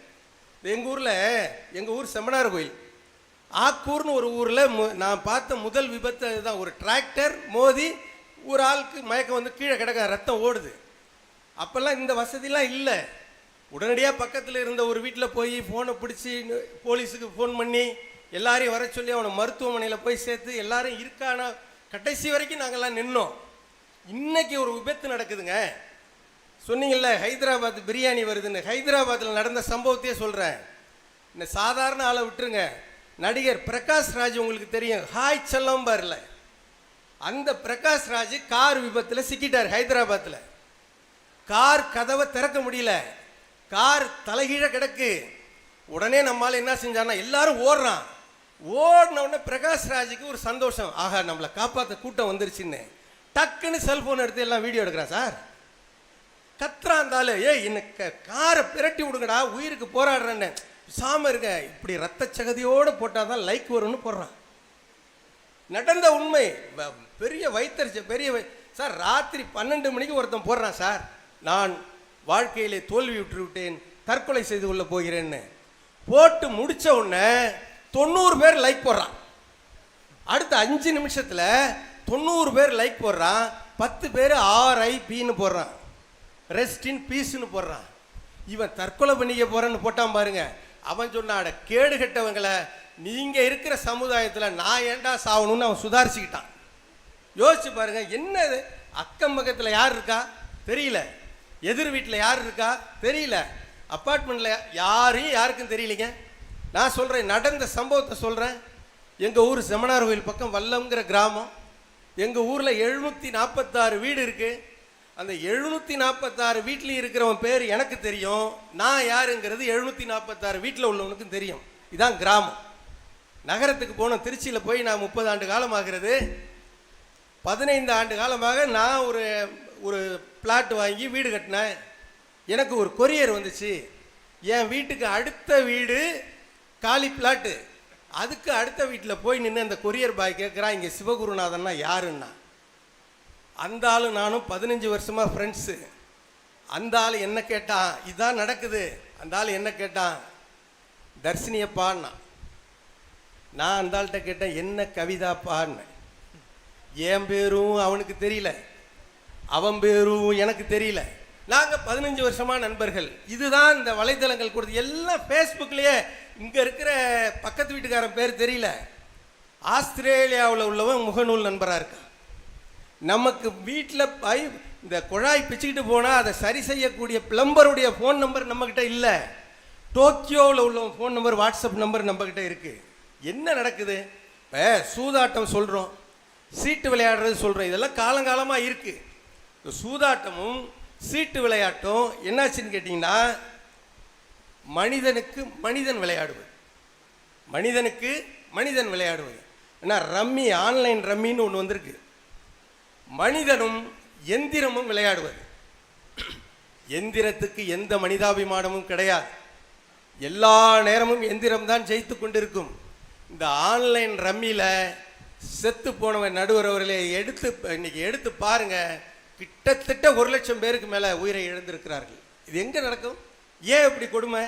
அது மட்டும் இல்லை, நம்மெல்லாம் எத்தனை விதமான விளையாட்டுகள் விளையாண்டுருக்கோம். கிராமங்களில் கபடி விளையாடுவோம், கில்லி விளையாடுவோம், பம்பரம் விளையாடுவோம், பலிங்கின்னு சொல்லக்கூடிய அந்த குண்டு விளையாடுவோம். இதெல்லாம் சீசனுக்கு சீசன் மாறும். பொங்கல் சமயம்னு சொன்னால் 10 பம்பரம் உடைச்ச காலம்லாம் உண்டு. நாங்கள் சிறுவர்கள் அப்படிலாம் விளையாண்டோம். இப்போ என்ன ஆகி போச்சு? ஆன்லைனில் ஒரு கேம் வந்து பப்ஜின்னு பேர். PUBG, player unknown battle grounds, இதை சுருக்குனாங்க பப்ஜின்னு.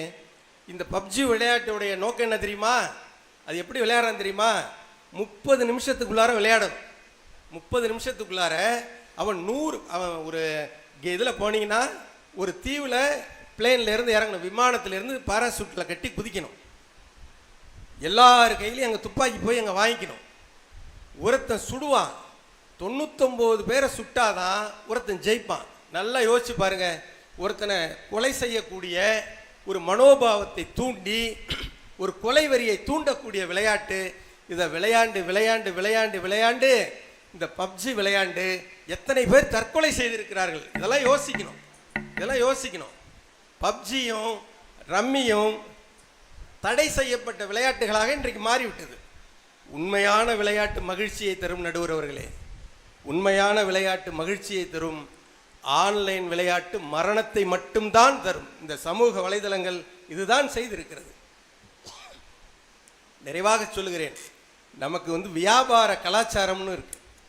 வியாபாரிகள் அந்த காலத்தில், பண்டைய காலத்தில் எப்படி வியாபாரம் செய்வாங்கன்னா, ஒரு தெருவில் கடையை திறந்துட்டாங்கன்னா எல்லா கடைகளுக்கு வெளியில் ஒரு நாற்காலியை எடுத்து போடுவாங்களாம். காலை நேரத்தில் முதல்ல ஒரு கடையில் போய் ஒருத்தர் பொருள் வாங்கினதுக்கு அப்புறம் அந்த நாற்காலியை தூக்கி கடைக்குள்ளார போட்டுருவார் அந்த கடைக்கார். இன்னொரு வாடிக்கையாளர் அந்த கடைக்கு போனாருன்னா அந்த கடைக்கார் எட்டி பார்த்துட்டு எந்த கடைக்கு வெளியில் நாற்காலி இருக்கோ அந்த கடைக்கு போங்க, நீங்கள் என்ன பொருள் வாங்குறீங்களோ வேணுமோ அந்த பொருள் அந்த கடையிலையும் இருக்கும் அப்படிங்கிற ஒரு மனிதாபிமானம் இருந்தது. மனிதாபிமானம் அந்த காலத்திலேருந்து இருந்திருக்கு. எங்கள் ஊரில் நாங்கள் ஒரு கடையில் போய் ஒரு 1/4 கிலோ 1/2 கிலோ பொட்டுக்கடலை வாங்கினோம்னு சொன்னால் இந்த கடைக்கார அண்ணாச்சி என்ன தெரியுமா செய்வார்? எடுத்துகிட்டு போடா தம்பின்னு சொல்லிட்டு ஒரு கைப்பிடி பொட்டுக்கடலை அள்ளி கொடுத்து ஒரு சின்ன வெள்ளை துண்டையும் கொடுத்து, வெல்லம் அந்த துண்டையும் கொடுத்து சாப்பிட்டுக்கிட்டே இப்போ உடம்புக்கு நல்லதுன்னு சொல்லி அனுப்பின கடைக்கார அண்ணாச்சிகளை எல்லாம் இழந்து விட்டு இன்று நாம் அமேசானிலே ஆர்டர் செய்கிறோம். அமேசானிலே ஆர்டர் செய்கிறோம். குக் பண்ணி சாப்பிட்ட காலம்லாம் போய் புக் பண்ணி சாப்பிடக்கூடிய காலத்திலே இருக்கிறோம். வீட்டில் நல்லா சமைச்சு நல்லா சாப்பிட்ட காலம் போய் இன்னைக்கு ஜொமோட்டோவிலையும் ஸ்விக்கிலையும் கண்ட கண்ட குப்பையை ஆர்டர் பண்ணி சாப்பிட்றோம். இதான் நடந்திருக்கு. சமூக வலைதளங்கள் நமக்கு அளித்த கொடுமை இதெல்லாம். நிறைவாக சொல்கிறேன், யூடியூப் சேனல் பற்றி சொன்னீங்க. நல்ல நல்ல கருத்துக்கள்லாம் நீங்கள் வந்து ஸ்விக்கி எக்ஸ்பிரஷன்ஸில் அருமையான யூடியூப் சேனல், அண்ணன் அன்புடன் ஆவுடைன்னு சொல்லி ஒரு அருமையான சேனல், இதெல்லாம் நல்லா இருக்கு. எல்லாரும் இந்த மாதிரி சேனல் நடத்திட்டா பிரச்சனையே இல்லை.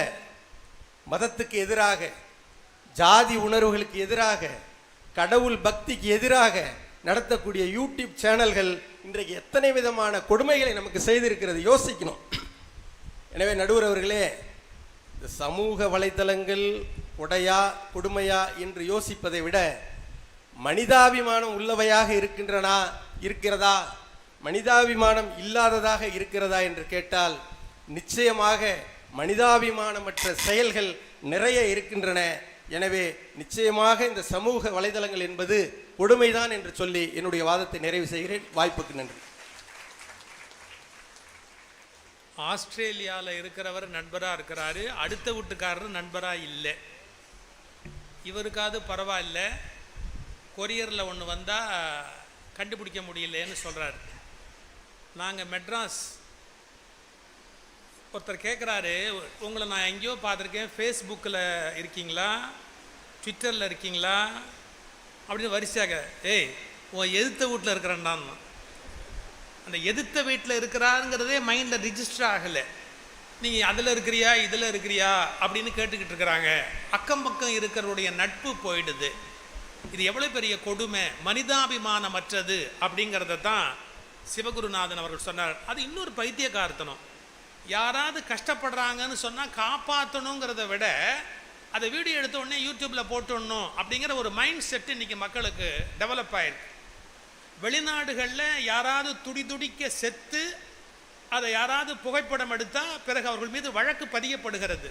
நீ ஏன் அப்போ அவங்களுக்கு போய் செய்ய வேண்டிய உதவி செய்யாமல் அதை ஏன் நீ ஃபோட்டோ எடுத்துக்கிட்டு இருந்த அப்படின்னு சில நாடுகளில் சட்டமே இருக்குது. உடனே அவங்க மேலே வழக்கு பதிவு பண்ணுறாங்க. டயானா கேஸுக்கு கூட பின்னாடி பதிவு பண்ணாங்க. ஏன் அது மாதிரியான படம் எடுக்கிறீங்களே ஒழிய உடனே ஓடி போய் ஏன் உதவலை அப்படின்னு வழக்கு பதிவு பண்ணுறாங்க. அந்த மனிதாபிமானமற்றதாக உலகம் போய்கொண்டு இருக்கிறது என்ற வாதம் நாம் ரொம்ப மனதுக்குள்ளே கொள்ள வேண்டிய ஒரு மிக கடுமையான ஒரு வாதம். இப்போது சகோதரி விஜயசுந்தரி அவர்கள் தம்முடைய தரப்பு நியாயங்களை எடுத்துரைப்பதற்காக வருகிறார்கள். கொடை என்பதை நமக்கு எடுத்து சொல்ல வருகிறார்.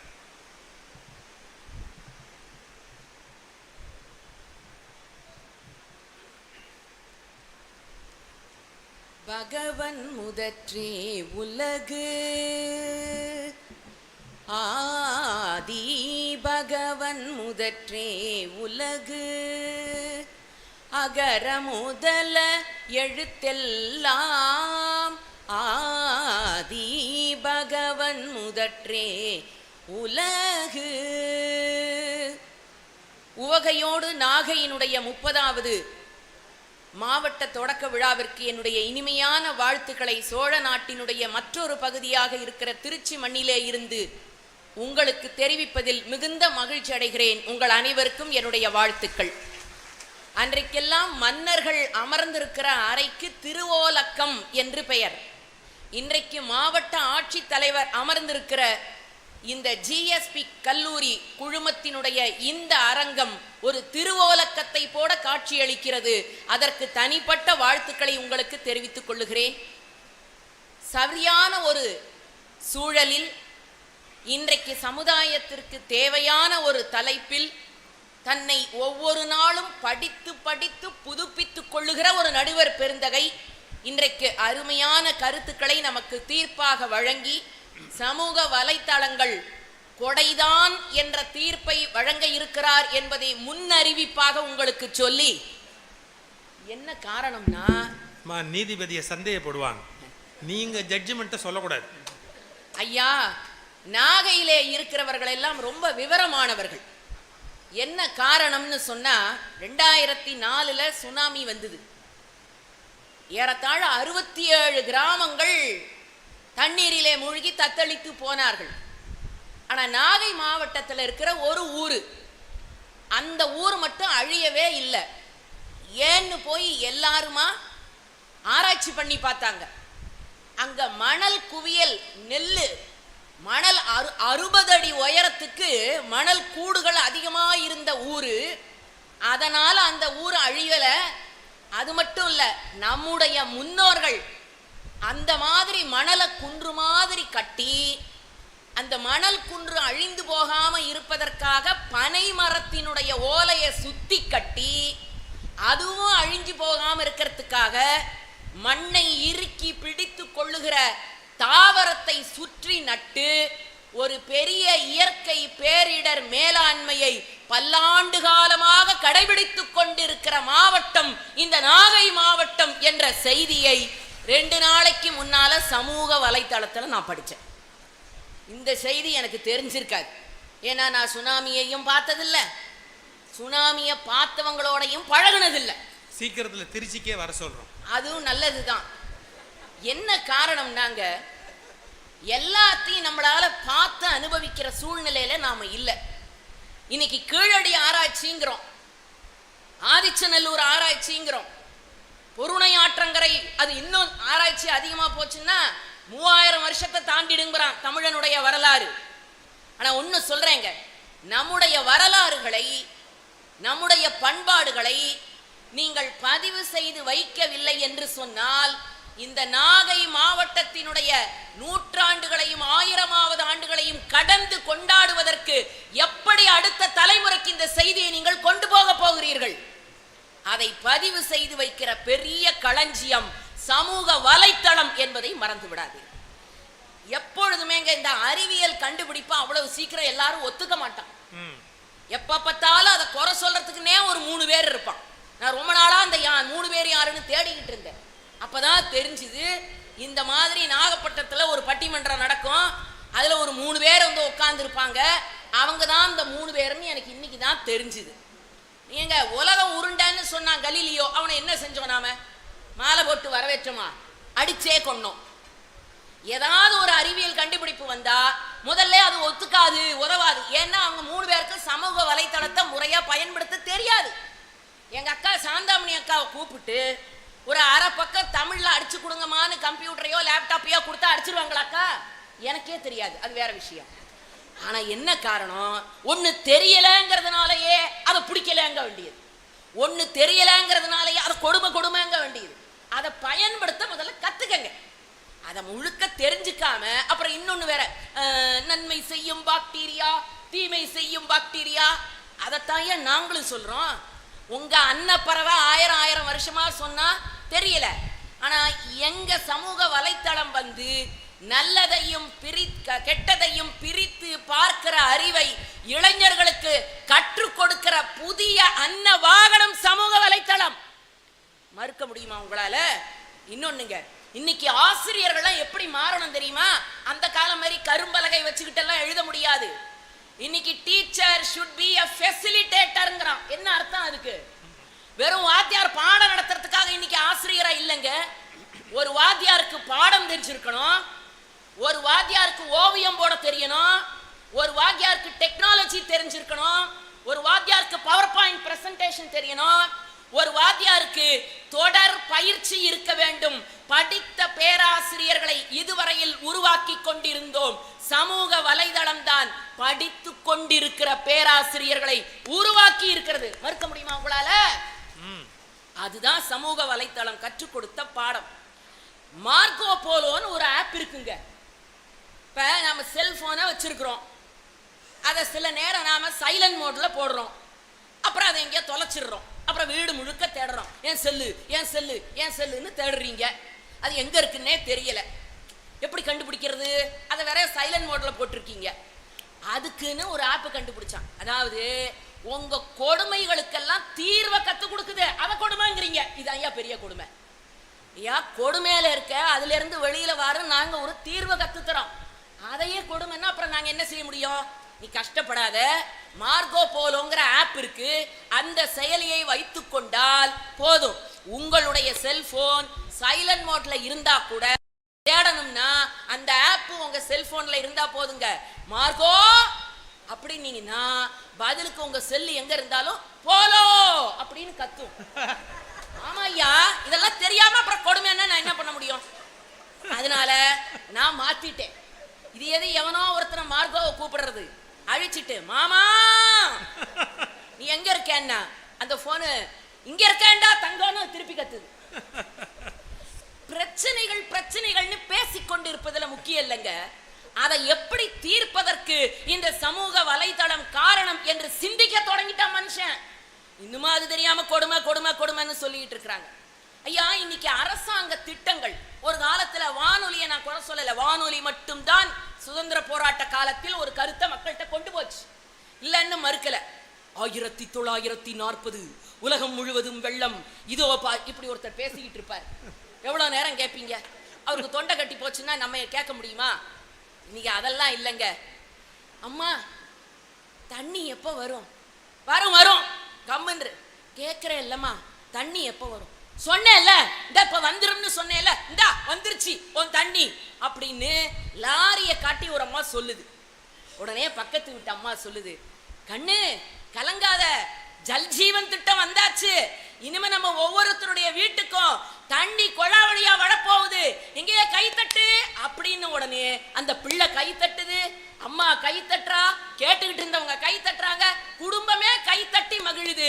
அரசாங்கத்தினுடைய திட்டத்தை அறிவிப்புகளாக கேட்டுக்கொண்டிருந்த காலம் போய் இன்றைக்கு வீடுகள் தோறும் எளிமையாக ஒவ்வொரு ஞாயிற்றுக்கிழமைகளிலும் ஆளுபவர்களுடைய திட்டம் உங்களை அடுப்பங்கரைக்கு வருகிறதே. அந்த சமூகத்தெல்லாம் வேண்டாமா? நாள்ல இருந்து கேஸ் ஏன் கூட்டுக்கு வராது? அது அப்ப மட்டும் ஆப்ல பண்றீங்க, அப்ப மட்டும் ஓடி போய் அமுத்தி அமுத்தி உடனே கேஸ் புக் பண்ணு, டிக்கெட்டை புக் பண்ணு அப்படிங்கிறீங்க. அப்புறம் மேடையில வந்து உட்காந்துக்கிட்டு கொடுமை கொடுமை கொடுமைன்னா என்ன செய்யறது? இன்னொன்னுங்க, தமிழன் தாங்க இந்த டாக்குமெண்டேஷன்ல காலை வாரி விட்டதே நாம தான். பாட்டு வேகமா எழுதுவோம், அதை எழுதுனது நாதான்னு கீழே எழுதவே மாட்டோம். நம்மகிட்ட இருக்கிற பெரிய குறை, எதையும் டாக்குமெண்டேஷன் செய்தால் தாங்க அந்த சமூகம் தலை நிமிர்ந்து நிற்கும். இன்றைக்கு வேதனையோடு சொல்லுகிறேன், ஏறத்தாழ 50,000 ஓலைச்சுவடிகள் தமிழ்நாட்டிலே இருக்கிறது. எங்க தெரியுமா? சரஸ்வதி மகால் நூலகத்துல கொஞ்சம் இருக்கு, தமிழ் பல்கலைக்கழகத்துல கொஞ்சம் இருக்கு, சென்னையில உவேசா நூலகத்துல கொஞ்சம் இருக்கு, அப்புறம் வீட்டுல எல்லாம் கொஞ்சம் கொஞ்சம் இருக்கு. நம்ம கிராமங்கள்ல பார்த்திருக்கிறீங்களா? ஒரு வயசான தாத்தா ஒருத்தர் வச்சிருப்பாரு ஓலைச்சுவடிய. அவர் இறந்துட்டாருன்னா அவர் உடம்பு முழுக்க வீட்டுல இருக்கிற ஓலைச்சுவடியெல்லாம் பரப்பி அதை யாருக்கிட்டே போய் தொட விடாம நெருப்பு வச்சு கொளுத்தும் போது தாத்தாவோட சேர்ந்து அந்த ஓலைச்சுவடியை எரிஞ்சிரும். ஐயா, அதுல எத்தனை சித்த மருத்துவம், அதுல எத்தனை சில்ப சாஸ்திரம், தமிழனுடைய அத்தனை சொத்தும் அந்த ஓலைச்சுவடியில இருந்ததுங்க. ஆனா இன்றைக்கு இது மாதிரி ஒரு சமூக வலைத்தளமும் சேமிப்பு கிடங்கும் இருந்திருந்தால் தமிழன் அகழ்வாராய்ச்சி செய்து தன்னை நிரூபிக்க வேண்டிய சூழல் இருந்திருக்காது. அதை தட்டினா போதும், தமிழனுடைய அத்தனை பெருமையும் வந்திருக்கும். அதுதானேங்க நமக்கு பெரிய கொடை. அது சிறப்பு இல்லையா? ஐயா, இன்றைக்கு பைத்தான் புரோகிராம்ல உலகம் போய்கிட்டு இருக்குங்க. பைத்தான் புரோகிராம் சில பேர் பைத்தியக்காரத்தனமா உளறிக்கிட்டு இருக்கிறாங்க, நம்பிடாதீங்க தயவு செஞ்சு. இன்னைக்கு நானோ டெக்னாலஜி மயிர் நுனியிலும் நுனியிலும் நுனியிலும் ஒரு பகுதி என்று இன்றைக்கு அறிவியல் வளர்ச்சியை நோக்கி போய் கொண்டிருக்கிறது. நோ நோ அப்படின்னு சொல்லிக்கிட்டு சில பேர் உட்கார்ந்து இருக்கிறாங்க, அவங்கள நம்பாதீங்க. பாராட்டுதலுக்குரிய நம்முடைய அப்துல் கலாம் அவர்கள் ஒரு அழகான நூல் எழுதினார், எ மேனிஃபெஸ்டோ ஃபார் சேஞ்ச் என்று எழுதினார். மாற்றங்கள் ஒன்றுதான் மாறாதது, அந்த மாற்றத்தை புரிந்து கொள்ள வேண்டும், அந்த மாற்றத்தை நன்மைக்குடையதாக மாற்ற வேண்டும். அந்த மாற்றுகிற திறமை இல்லை என்று சொல்லுங்கள், நாங்கள் ஒப்புக்கொள்ளுகிறோம். ஆகவேதான் சொன்னார், இன்னும் கொஞ்ச நாட்களில் ஸ்மார்ட் போனை கையிலே எடுத்து அதன் மூலமாக ஓட்டு போட்டு தனக்குரியவரை தேர்ந்தெடுக்கக்கூடிய மிகச்சிறந்த தேர்தல் முறை இந்தியாவில் விரைவில் வர இருக்கிறது. தயவு செய்து எல்லாரும் ஸ்மார்ட் போனை இயக்க கற்றுக்கொள்ளுங்கள் என்று அந்த மேனிஃபெஸ்டோ ஃபார் சேஞ்ச் என்ற நூலிலே டாக்டர் அப்துல் கலாம் அவர்கள் குறிப்பிட்டார்கள். அதைத்தான் நாங்களும் சொல்லுகிறோம். இன்னும் 10 ஆண்டுகளில் உலகம் நீங்கள் நினைப்பது போல் இருக்காது. இன்னும் 10-15 ஆண்டுகளில் நீங்கள் நினைப்பது போல் இப்படியெல்லாம் நீங்கள் பட்டிமன்றத்தில் கொடுமை என்று பேச முடியாது. இன்னும் 10 ஆண்டுகளில் இப்படியெல்லாம் நாம் அமைதியாக இப்படி கொடுமை என்று பேசுகிறவர்களை கேட்டுக்கொண்டு இருக்க முடியாது. உலகம் ஒவ்வொரு நொடிப்பொழுதிலும் விரைவாக வளர்ந்து கொண்டிருக்கிறது. ஒரு கருத்தை சொல்லி முடிக்கிறேன். ஒரு காலத்துல நூல் வெளியிடணும்னா 1000 பிரச்சனை, ஒரு பயலும் அவன் புத்தகத்தை ஏத்துக்க மாட்டான். கம்பர் எழுதின கம்பராமாயணத்தையே நம்ம நாட்டுல அரங்கேற்றம் பண்ண விடாம தடுத்த நாடு இந்த நாடு. திருவள்ளுவருடைய திருக்குறளை ஏத்துக்கிறதுக்கே பல போராட்டங்கள். அதையெல்லாம் கடந்து இன்றைக்கு ஸ்கூப்பஸ் என்று சொல்லுகிறார்கள், உலகத்தரம் வாய்ந்த கட்டுரைகளை படைப்பதற்கும் வெளியிடுவதற்கும் அதனுடைய பாராட்டுக்களை பெறுவதற்கும் பயன்பாட்டிற்கு கொண்டு செல்லுவதற்கும் இன்றைக்கு சமூக வலைதளங்கள் மிகச் சிறப்பாக உதவி கொண்டுதான் இருக்கிறது. ஆகவே சான்றோர் பெருமக்களே, பெண்களை பாதுகாக்க வேண்டும்னா ஒண்ணுமே வேண்டாம், கையில இருக்கிற செல்போனை நீங்க போன்லாம் கூட பண்ண வேண்டாம். ஆபத்து காலத்தில் பெண்கள் 3 முறை அந்த செல்போனை இப்படி ஆட்டினா போதும். நீங்க 3 முறை ஆட்டினீங்கன்னா 4வது முறை போலீஸ்காரர் வந்து நின்றுவார் அந்த இடத்துல. அப்படி ஒரு தொழில்நுட்பத்தை நோக்கி இன்றைய உலகம் நகர்ந்து கொண்டிருக்கிறது. இன்னும் எத்தனை கொடுமைகள் வந்தாலும் அந்த கொடுமைகளுக்கான தீர்வை கண்டுபிடிக்கிற அறிவும் பயன்படுத்துகிற வல்லமையும் இங்கே இருக்கிற எத்தனையோ கோடி கல்லூரி இளைஞர் பெருமக்களுக்கு சொன்னால் வருங்காலத்தை கொடுமைகள் அற்ற ஒரு கொடை சூழலாக உலகமாக மாற்றுவதற்கு நிச்சயமாக சமூக வலைத்தளங்கள் பாடுபடும், பயன்படும் என்பதை சொல்லி இந்த அருமையான வாய்ப்பிற்கு நன்றி கூறி விடைபெறுகிறேன். நன்றி, வணக்கம். எல்லாத்த விட டாப்பு மார்க்கோனா அது போலோன்னு பதில் சொல்லணும்னு சொன்னீங்க பார்த்தீங்களா, அது முதல்ல அந்த ஆப் நான் போடணும். ஏன்னா அந்த சைலண்டில் போட்டுட்டு அது எங்கேன்னு தெரியாமல் தேடுற அவஸ்தை இருக்குது பாருங்கள், ரொம்ப அருமை. அந்த ஒரு விஷயத்துக்காகவே உங்கள் கட்சிக்கு தீர்ப்பு சொல்லாமான்னு ஒரு நிமிஷம் தோணுச்சு. அது நியாயம் இல்லை, ஏன்னா இன்னும் மோகன சுந்தரம் பேச வேண்டியிருக்கு. அப்புறம் இன்னொரு அருமையான செய்தி சொன்னீங்க. ஒரு காலத்தில் அரசர்கள் உட்காருகிற சபைக்கு திருவோலக்கம் அப்படின்னு பேர். இப்போ நம்முடைய மாவட்ட ஆட்சித்தலைவர் இருக்கிற இந்த இடத்த நான் திருவோலக்கம்னு சொல்லுவேன் அப்படின்னு அழகாக சொன்னீங்க. ஆனால் ஒரு மாற்றம் கவனிச்சிங்களா? அந்த காலத்தில் மன்னர்கள் சிம்மாசனத்தில் உட்கார்ந்திருப்பார்கள், மக்கள் சாதாரண நாற்காலியில் உட்கார்ந்திருப்பார்கள். இப்போது மாவட்ட ஆட்சித்தலைவர் சாதாரண நாற்காலியில் உட்கார்ந்திருக்கிறார், நாமெல்லாம் சிம்மாசனங்களில் வீற்றிருக்கிறோம். ஏன் மக்களாட்சி இல்லையா? இது என்ன இருந்தாலும் மக்களாட்சி என்ற ஒரு அருமையான மாறுதல் இருக்கு இல்லையா?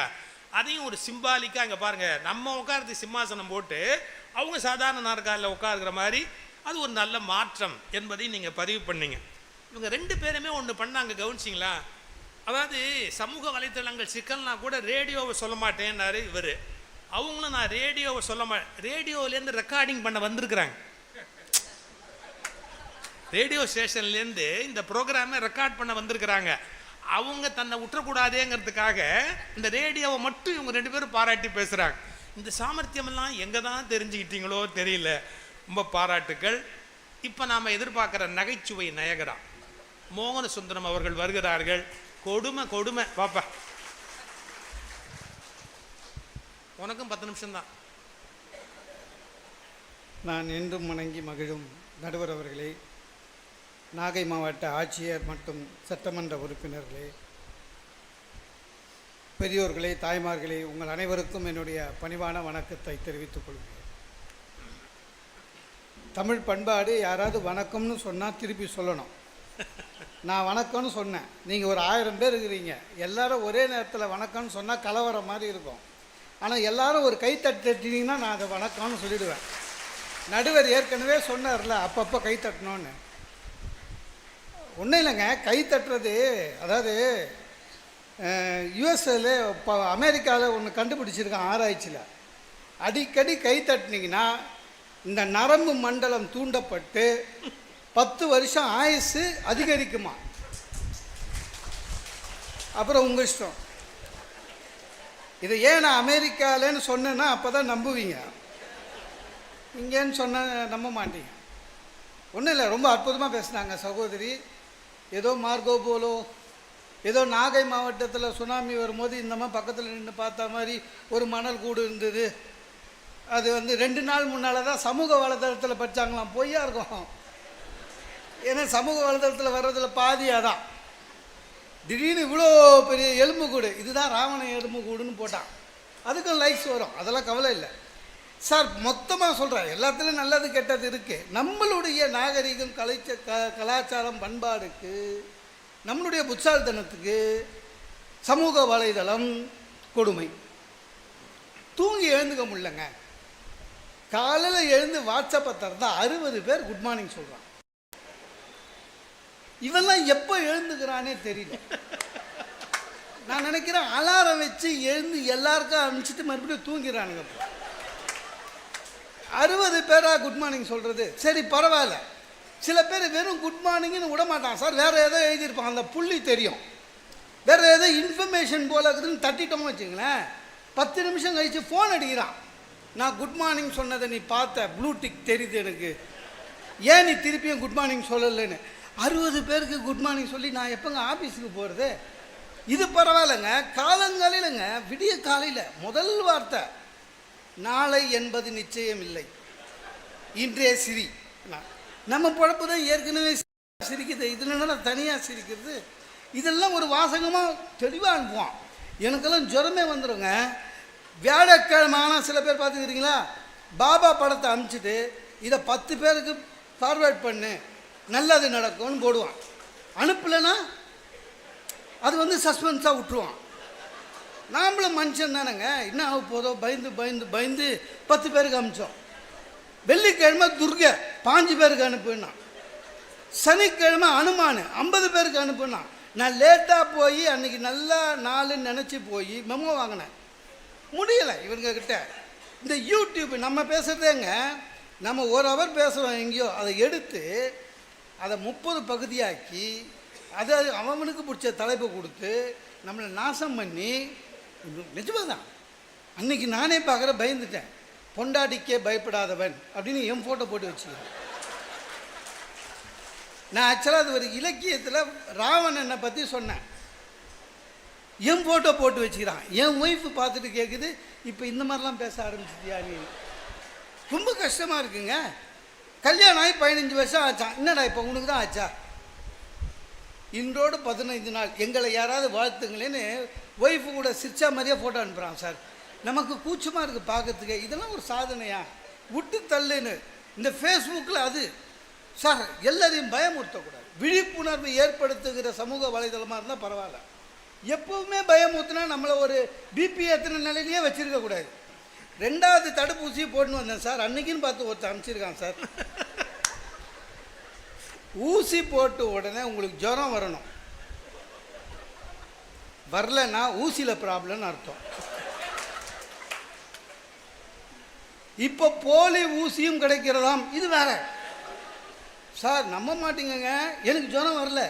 இதை படித்த உடனே பிள்ளையாருக்கு வேண்டிக்கினேன், கண்டிப்பாக எனக்கு ஜுரம் வரணும்னு என்னை பிள்ளையார்கிட்டயே வேண்ட வச்சவன் அவன் தான் சார். கருத்து சுதந்திரம் எல்லாரும் சொன்னாங்க. எங்கள் சார் கூட சொன்னார், ஒருத்தர்கிட்ட போய் ஃபோட்டோ எடு வித் பர்மிஷன். இப்போ நான் வரேன், ஆட்சியர்கிட்ட ஃபோட்டோ எடுக்கணும் சார் ப்ளீஸ் சொல்லணும், எம்எல்ஏ கிட்ட போகணும் சார் ப்ளீஸ் சொல்லணும், நடுவர். அப்படி கிடையாது. ஒரு 4000 ரூபாய்க்கு ஒரு செல்ஃபோனை வச்சுக்கின்னு விஐபி யார் வந்தாலும் கிட்ட தோளோட கோல் போட்டு அந்த வேர்வை நாத்தத்தோடு சார் அப்படின்வான். நம்ம மூஞ்சி எப்பவுமே நல்லா இருக்கும்னு சொல்ல முடியாதுங்க. இல்லை கொடுக்கலன்னா அதை தட்டி விட்டா அவர் பேர் செல்ஃபி சிவகுமார்னே வச்சுட்டானுங்க பாவம். நம்மளும் என்ன கூட ஒரு ரயில்வே ஸ்டேஷனில் ஒரு கான்ஸ்டபிள் அப்போ தான் அவர் டியூட்டிக்கு வந்திருக்காரு. நான் டயர்டாக ட்ரெயினுக்கு போகிறேன், மூஞ்செல்லாம் சோகமாக இருக்குது. அவர் டிப்டாப்பாக வந்தார், டியூட்டிக்கு வந்திருக்காரு. சார் ஒரு செல்ஃபின்னாரு, யூனிஃபார்மோடு இருக்கார். சரிண்ணா, எனக்கு என்னென்னா அவர் டிப்டாப்பாக இருக்கார் கான்ஸ்டபிள், நான் வந்து ரொம்ப டல்லாக இருக்கேன். அவர் 6 அடிக்கு இருக்கார், ஜிம்முக்கு போவார் போல இருக்குது. நம்ம பாவமாக இருக்கோம். இவர் பக்கத்தில் எப்படி ஸ்டைலாவது நிற்கணுமேனு என்ன பண்ணேன், சுவாமி விவேகானந்தர் மாதிரி நிற்கலான்னு இப்படி நின்னேன் சார். அது தப்பா சார்? அவர் டக்குன்னு என்ன பண்ணுறாரு, என்ன சார் அக்யூஸ்ட் மாதிரி கை கட்டி நிற்கிற, கையை கீழே போலீஸ்காரில் அவர் லாங்குவேஜ், அக்யூஸ்ட் மாதிரி நிற்கிற கையை கீழே போட்டு ஃப்ரீயாக நில்லு சார்னாரு. முடியலங்க, ரொம்ப கஷ்டமாக இருக்குது. ஏதாவது ஒன்று ஒருத்தன் நாசமாக போகிறவன் எங்கேயோ அமெரிக்காவில் பழைய சாதம் பேக்கெட்டில் விற்கிறானாம் சார். நம்ம பழைய சாதம் பேக்கெட்டில் விற்கிறானா, அது அமெரிக்காவில் விற்கிறானா இல்லையானு தெரியல. எவனோ பார்த்து அது எல்லாருக்கும் அனுப்பிச்சு என் வீட்டுக்கு வந்துடுச்சு. டிஃபனுக்கு உட்கார என் ஒய்ஃபு பழைய சாதம் வைக்கிறாங்க காலங்காலையில். என்னென்ன இதான் நல்லதான், அமெரிக்காவில் எல்லோரும் அமெரிக்கா எல்லோரும் இப்போ பழைய சாதம் தான் சாப்பிட்றாங்களான்னு. நான் சொன்னேன், இல்லைம்மா இப்போ தான் எனக்கு டயபெட்டிக் வந்து சீரியஸ் ஆகி என் டாக்டர் வந்து சாதமே சாப்பிடக்கூடாதுன்னா. நீங்கள் விடுங்க, டாக்டருங்க எப்பவுமே துட்டு பிடுங்கிறதுக்கு அப்படி தான் சொல்லுவாங்க. இது யூடியூப்லேயே வந்துச்சு. அதாவது யூடியூப்பு இது தீர்ப்பு மாதிரி சொல்கிறா, யூடியூப்லேயே வந்துச்சு சார். இதெல்லாம் கூட சமைச்சிக்கலாம் சார். சராசரியாக பெண்கள் நல்லா சமைச்சு ஒழுங்காக போட்டுருந்தாங்க. இந்த யூடியூப்பில் பார்த்தீங்கன்னா இன்றைக்கி 400 சமையல்காரங்க இருக்காங்க. அது வீட்டிலேருந்து அதுக்கு தெரிஞ்சுது சமையல் சமையல் சமையல். ரொம்ப கஷ்டம். அன்றைக்கி என் ஒய்ஃபு சிக்கன் பிரியாணி நான் உட்கார்ந்தேன், பார்த்தா ஊறுகாய் நாத்தடிக்குது. நீ சிக்கன் பிரியாணி ஏன் ஊறுகாய் நாத்தடிக்குதுன்னு, இது ஆவக்காய் சிக்கன் பிரியாணின்னு. நான் சொன்னேன், உனக்கு தான் செய்ய தெரியாதம்மா அப்படின்னேன். யூடியூப்பில் பார்த்து கற்றுக்கினேன். ஊன்னு ஏறிச்சு எனக்கு. யூடியூப்பில் யாரை பார்த்து கற்றுனேன், வனிதா விஜயகுமார்னுச்சு, கம்முன்னு சாப்பிட்டேன். இல்லைன்னா அதுக்கு ஒரு பிரச்சனை வரும். எதுக்கு இதெல்லாம் பிரச்சனைன்னு சார். உண்மையிலேயேங்க ரொம்ப சிலதெல்லாம் மனசாட்சி மனிதநேயமே இல்லாமல் பண்ணுறது, அதெல்லாம் ரொம்ப வருத்தமாக இருக்கும். மனிதநேயமே இல்லைங்க. இப்போ பிரபல தமிழ் நடிகை மரணம், திரைப்பட உலகம் கண்ணீர் அஞ்சலி. நம்ம சில பேர் மைண்டில் வச்சுருப்போம், போனால் பரவாயில்லையேன்னு. ஏன்னா இருந்து நடித்து உயிர் எடுக்கிறதுக்கு போகலான்னு பார்த்தா விறுவிறுன்னு போய் பார்ப்போங்க. பார்த்தா 99 வயசு அது பியூ சின்னப்பா கூட நடிச்ச ஆயா.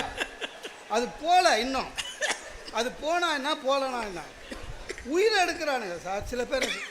ஒன்றும் இல்லை, நம்ம நடிகர் ஸ்ரீகாந்த் ஒரு 10 நாள் முன்னால் இறந்துட்டார் அஃபிஷியலாக. ஏன்னா அதுக்கு முன்னால் 7-8 வாட்டி சாவடிச்சானுங்க. இறந்து விட்டார்.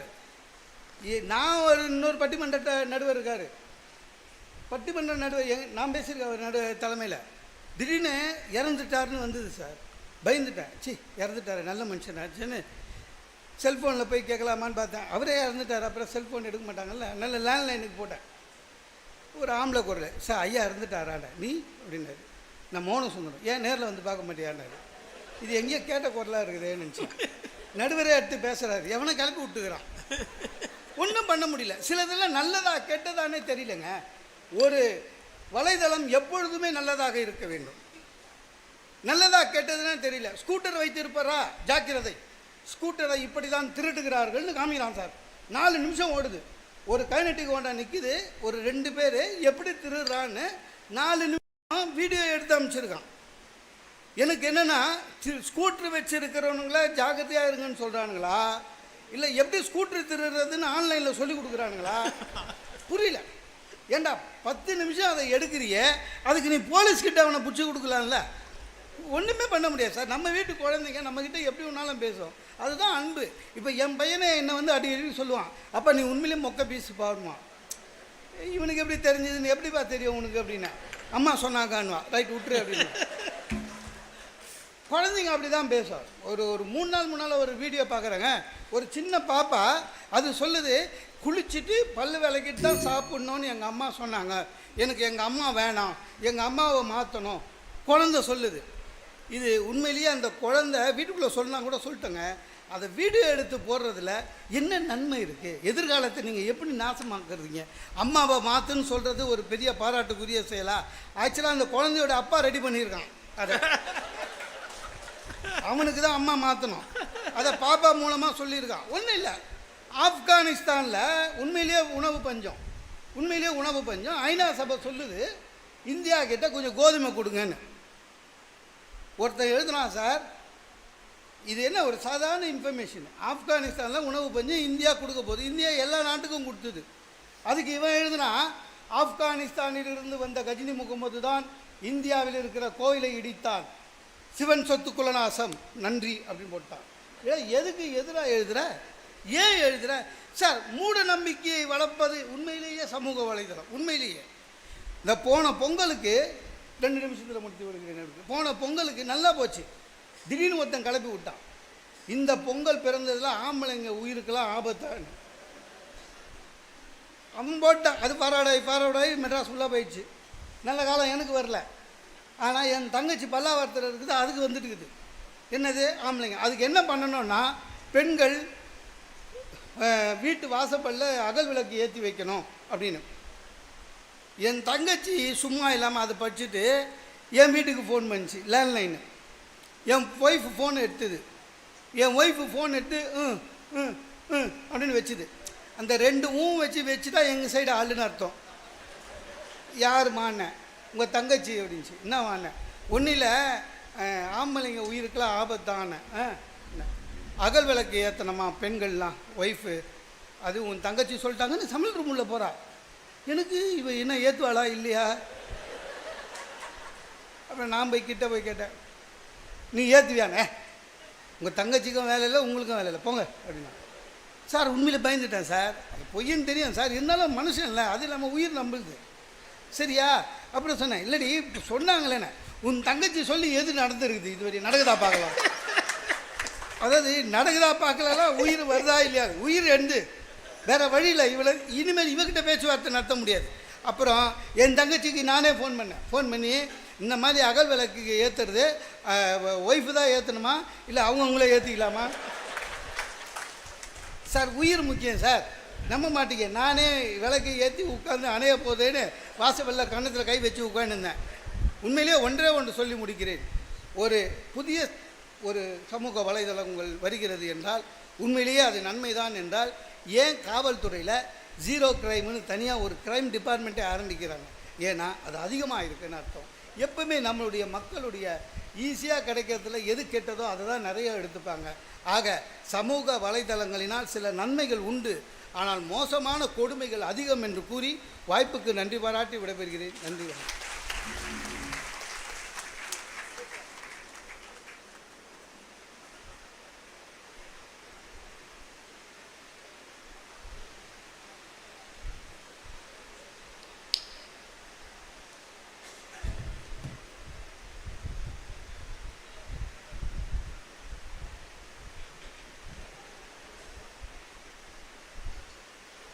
அனைவருக்கும் மறுபடியும் என்னுடைய மனமார்ந்த வணக்கங்கள். நான் ஒரு தீர்ப்பு சொல்கிறதுக்கு முன்னாடியே நீங்கள் ஒரு முடிவுக்கு வந்திருப்பீங்க. 2 சைடையுமே நீங்கள் கேட்டீங்க. நல்லது இருக்குது அப்படிங்கிறத கொடை அப்படிங்கிற கட்சி உங்களுக்கு சொன்னாங்க. கொஞ்சம் கெடுதல் இருக்குது அப்படிங்கிற செய்தியை கொடுமை அப்படிங்கிற கட்சி சொன்னாங்க. இது 2 தாண்டி ஒரு பகுதியை நம்ம பார்க்க வேண்டியிருக்கு. அதை மட்டும் நான் சொல்லிட்டேன்னா விஷயம் முடிஞ்சு போச்சு. 1, இந்த சமூக வலைத்தளங்களை பயன்படுத்துகிறாங்க பாருங்கள். சவுண்ட் குறைச்சி இருக்குது சார், சவுண்ட் குறைக்கணும். சமூக வலைத்தளங்களை பயன்படுத்துகிறாங்க பாருங்கள். அவங்கள பற்றி ஒரு ரிசர்ச் என்ன சொல்கிறாங்க? சமூக ஊடகங்களை பயன்படுத்தும் இளைஞர்கள் 65% பேர் அவர்களை பற்றி அவர்களே பெருமைப்பட்டு கொள்ளுகிறார்கள். அதாவது ஒரு ஈகோ, நம்ம இதை யூஸ் பண்ணுறோம் அப்படின்னா நம்ம பெரிய ஆள் அப்படிங்கிற ஒரு சைக்கலாஜிக்கலான ஒரு எண்ணம் அவர்களுக்குள்ள இருக்கிறது. சரி, 41% இளைஞர்களுக்கு இந்த மாதிரியான ஒரு 65% மக்களுக்கு அந்த மாதிரியான எண்ணம் இருக்கிறது. ஆனால் 41% இளைஞர்கள் சமூக ஊடகங்கள் மூலம் அறிமுகமாகும் நட்பு இருக்கு இல்லையா, 41% இந்த நட்பு மூலமாக அதிக கஷ்டங்களுக்கு உள்ளாகிறார்கள்.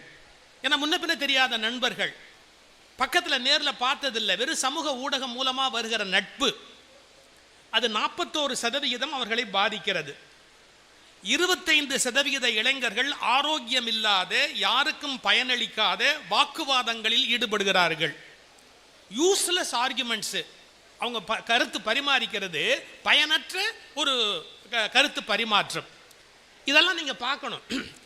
ஒரு செல்ஃபோனில் ஒரு தகவல் அனுப்புகிறோம் அப்படின்னு சொன்னால் அது யாருக்கு பயன்படும், எவ்வளவு அவசியமான ஒன்று அப்படிங்கிற விவஸ்தை அது இல்லாமல் கருத்துக்களை பரிமாறிக்கொள்கிறார்.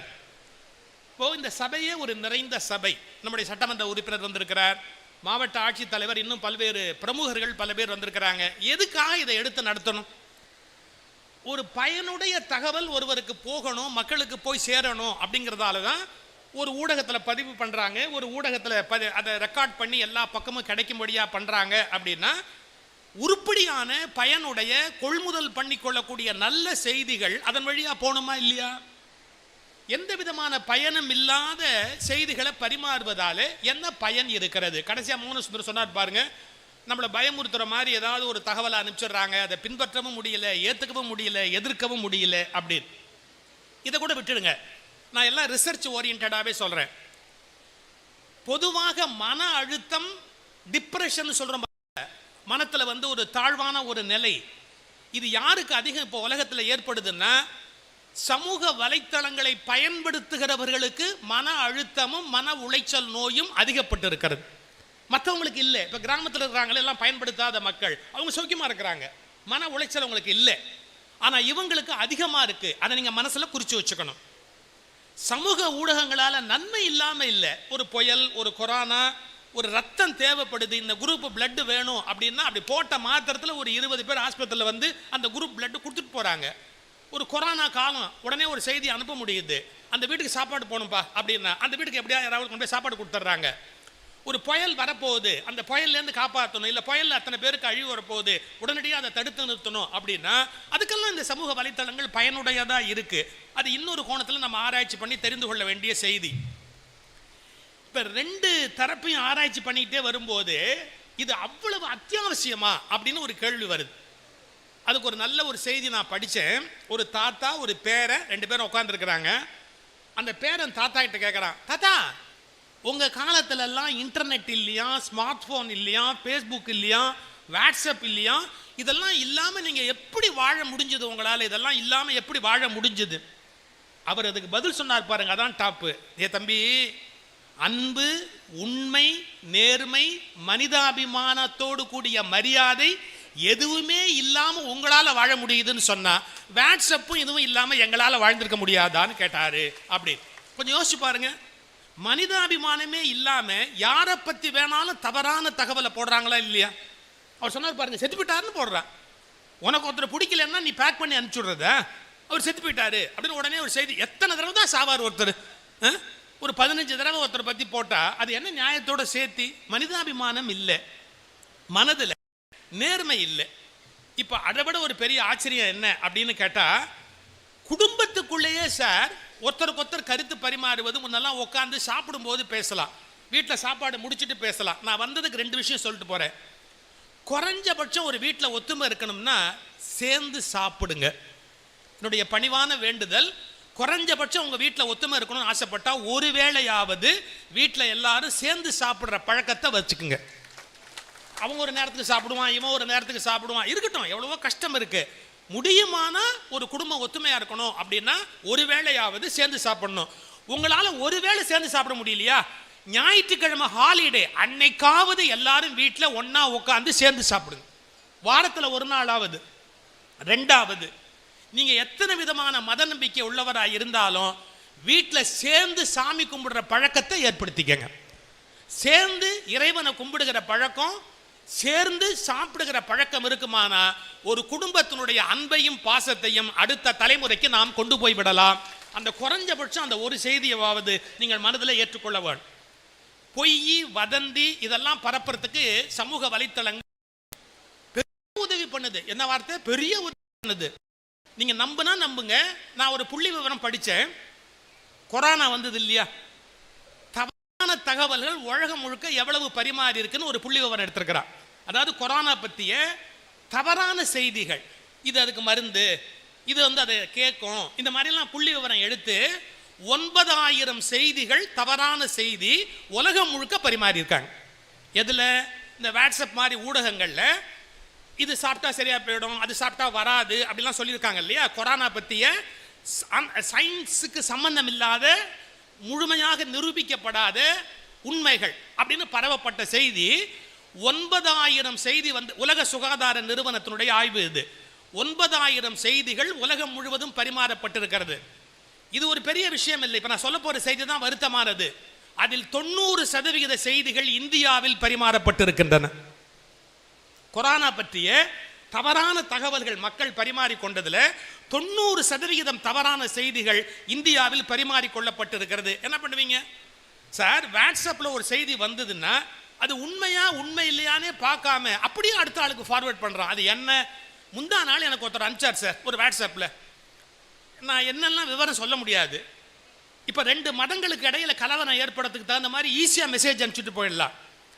அவரு ஒரு குறிப்பிட்ட மதம் சொல்லி அந்த பள்ளிக்கூடத்தில் இந்த குறிப்பிட்டவங்களை இப்படி நடத்தினாங்க அப்படின்னு எனக்கு மெசேஜ் அனுப்பிச்சார். நான் உடனே அவர் நம்பரை கூப்பிட்டு எந்த பள்ளிக்கூடம், பாதிக்கப்பட்டவங்க யாரு, இந்த செய்தி உங்களுக்கு எப்படி தெரியும், நீங்க முதல்ல நீங்க கேள்விப்பட்டீங்களா, உங்களுக்கு யாராவது சொன்னாங்களா? அவர் சொன்னாரு, இதெல்லாம் நீங்க கேட்டா எனக்கு நீ அனுப்பிச்சிருக்கிற, நீ தான் எனக்கு பொறுப்பு. இப்ப நான் இதை போலீஸுக்கு அனுப்ப போறேன். ஏன்னு கேட்டா, நீ எனக்கு ஒரு தகவல் கொடுத்துருக்கிற, ஒரு தவறான செய்தி நடந்திருக்குன்னு சொல்லி எனக்கு இவர் தகவல் கொடுத்துருக்கிறாரு, காவல்துறைக்கு நான் அனுப்பி இப்போ அதை நடவடிக்கை எடுங்கன்னு நான் சொல்ல போறேன். உனக்கு இந்த தகவல், அவர் சொன்ன வார்த்தை அப்படியே சொல்றேன், மன்னிச்சுக்கங்க என்ன மாட்டி விட்டுறாதீங்க, மன்னிச்சுக்கங்க என்ன மாட்டி விட்டுறாதீங்க.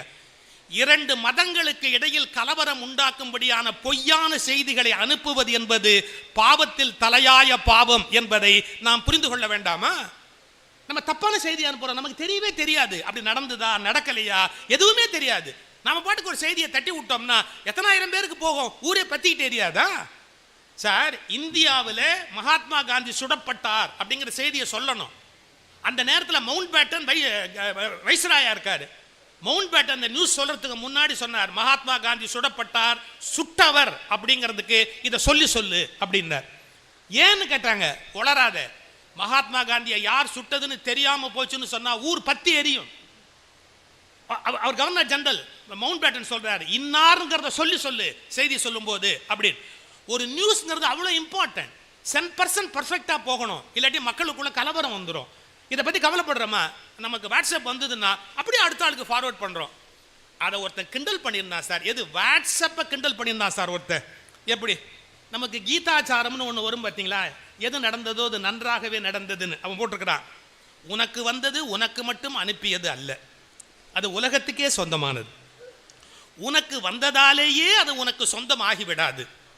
எதன் வழி வந்ததோ அதன் வழி அனுப்புவதே வாட்ஸ்அப்பின் தலையாய கடமை. கடமையை செய், பாராட்டை எதிர்பார்க்காதே. உன் கடமையின் பலனை வாட்ஸ்அப்புக்கு அர்ப்பணித்து விடு.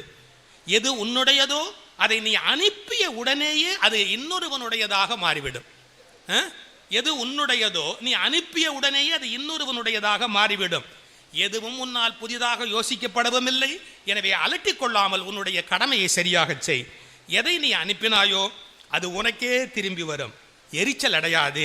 இங்கு எவர் பதிவையும் எவரும் படிப்பதும் இல்லை, மதிப்பதும் இல்லை. இதுக்கு வாட்ஸ்அப் கீதைன்னு பேர் வச்சிருக்கிறார். இது இப்படி சுற்றி அப்படி சுற்றி ஏன் அனுப்பிச்சோம் என்ன அனுப்பிச்சோன்னு தெரியாமல் திரும்ப நமக்கே வந்து சேருது. இதனுடைய உண்மையை வெரிஃபை பண்ணாமல் நாம் ஒரு தகவலை ஒருவருக்கு அனுப்பலாமா? உங்ககிட்ட கேட்டுக்கிறேன். உங்களுக்கு யாராவது வாட்ஸ்அப்பில் ஒரு தகவல் அனுப்பிச்சா அவரை திருப்பி கூப்பிடுங்க. நீ அனுப்பிச்சிருக்கிறியா, இந்த செய்திக்கு நீ பொறுப்பேற்றுக்கிறியா? நீ எனக்கு ஒரு தகவல் அனுப்பிச்சிருக்கிற, அதுக்கு நீ பொறுப்பேற்றுக்கிறியான்னு கேளுங்க. இந்த வாட்ஸ்அப் குப்பைகளாக பரவுவது நின்று போய்விடும்.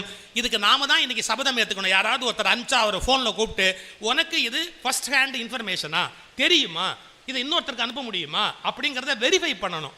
இந்த கல்ச்சர் நம்ம நாட்டில் டெவலப் ஆகும்.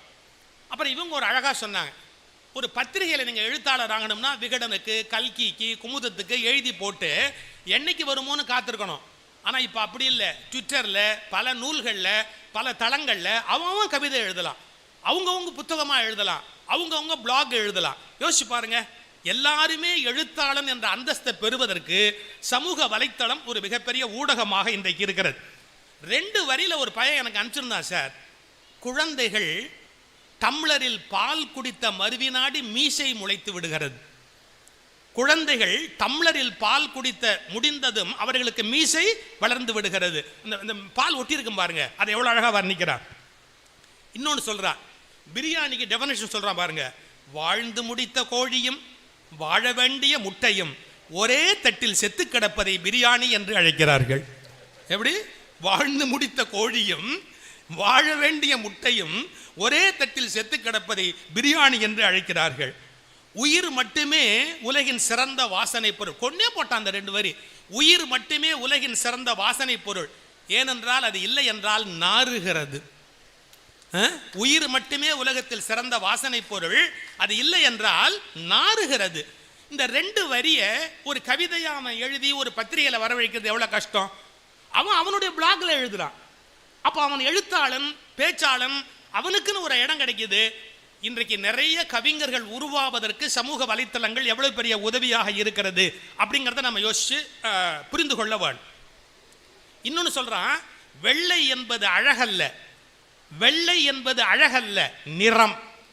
ஆங்கிலம் என்பது அறிவல்ல மொழி. வெள்ளை என்பது அழகல்ல. வெள்ளையா இருந்தா ரொம்ப அழகா இருக்கிறான்னு சொல்லிட்டு இருக்கிறான். இல்ல, வெள்ளை என்பது அழகல்ல, அது ஒரு நிறம். ஆங்கிலம் என்பது அறிவல்ல, அதுவும் ஒரு மொழி. அவ்வளவு. இப்படி தன்னுடைய கருத்துக்களை பதிவு பண்றதுக்கு மிகப்பெரிய துணையாக இன்றைக்கு அது அமைந்திருக்கிறது. ஆனால் மக்கள் இந்த கருவிக்கு அடிமை ஆயிட்டாங்களா இல்லையா? செல்போன், ஏதோ ஒரு கேஜெட்ஸ், எலக்ட்ரானிக் கேஜெட்ஸுக்கு அடிமை ஆயிட்டாங்களா இல்லையா? இதுக்கு ஒரு செய்தி படிச்ச பாருங்க. ஒரு ஸ்கூல் டீச்சர் நோட்புக் திருத்திட்டு இருக்கிறாங்க. திடீர்னு அழுகுறாங்க. ஹஸ்பண்ட் பக்கத்தில் உட்கார்ந்து இருக்கிறாரு. அவரை லேப்டாப்ல என்னமோ நோண்டிக்கிட்டே இருந்தாரு. அவர் இப்படி திரும்பி ஒய்ஃபை பார்த்துட்டு, எதுக்கு அழுகுற அப்படின்னு. இல்லை, ஒரு குழந்தை ஒரு கட்டுரை எழுதியிருக்கு, அதை படித்த உடனே எனக்கு அழுக வந்துருச்சு. என்ன எழுதியிருக்கு? நீ யாராக விரும்புகிறாய் அப்படின்னு கட்டுரை தலைப்பு கேட்டிருக்குது. அதுக்கு அந்த குழந்தை எழுதியிருக்கு. என்ன? நீ யாராக விரும்புகிறாய்னு கேட்டதுக்கு அது என்ன எழுதியிருக்கு? நான் அடுத்த பிறவியிலாவது ஒரு செல்போனாக பிறக்க வேண்டும்.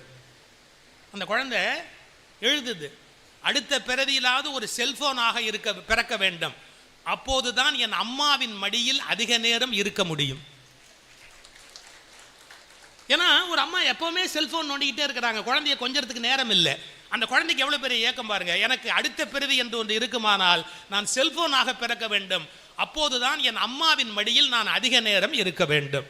இதை படித்த உடனே எனக்கு அழுக வந்துருச்சுங்க. உடனே அந்த ஹஸ்பண்டுக்கும் அவருக்கும் ஒரு மாதிரி ஆகி போச்சு.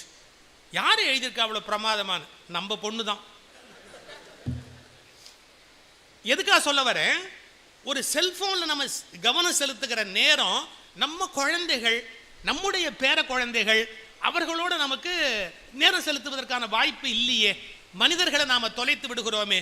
அப்போ இந்த கருவி உலகத்தை ஆட்டி படைக்கிறது அப்படிங்கிறது உண்மையா பொய்யானா? கண்டிப்பா ஆட்டி படைக்கிறது.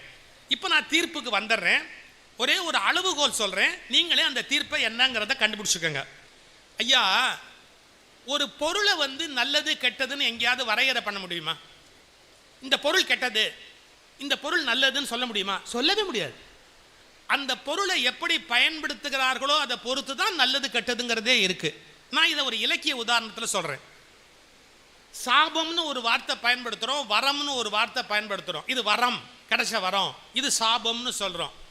இப்போ நான் ஒரே ஒரு உதாரணம் சொல்லட்டுமா? பல பேருக்கு வரங்கள் சாபங்களாக மாறி இருக்கின்றன, சாபங்கள் வரங்களாக மாறி இருக்கின்றன. ஒரு உதாரணம் சொல்லட்டுமா?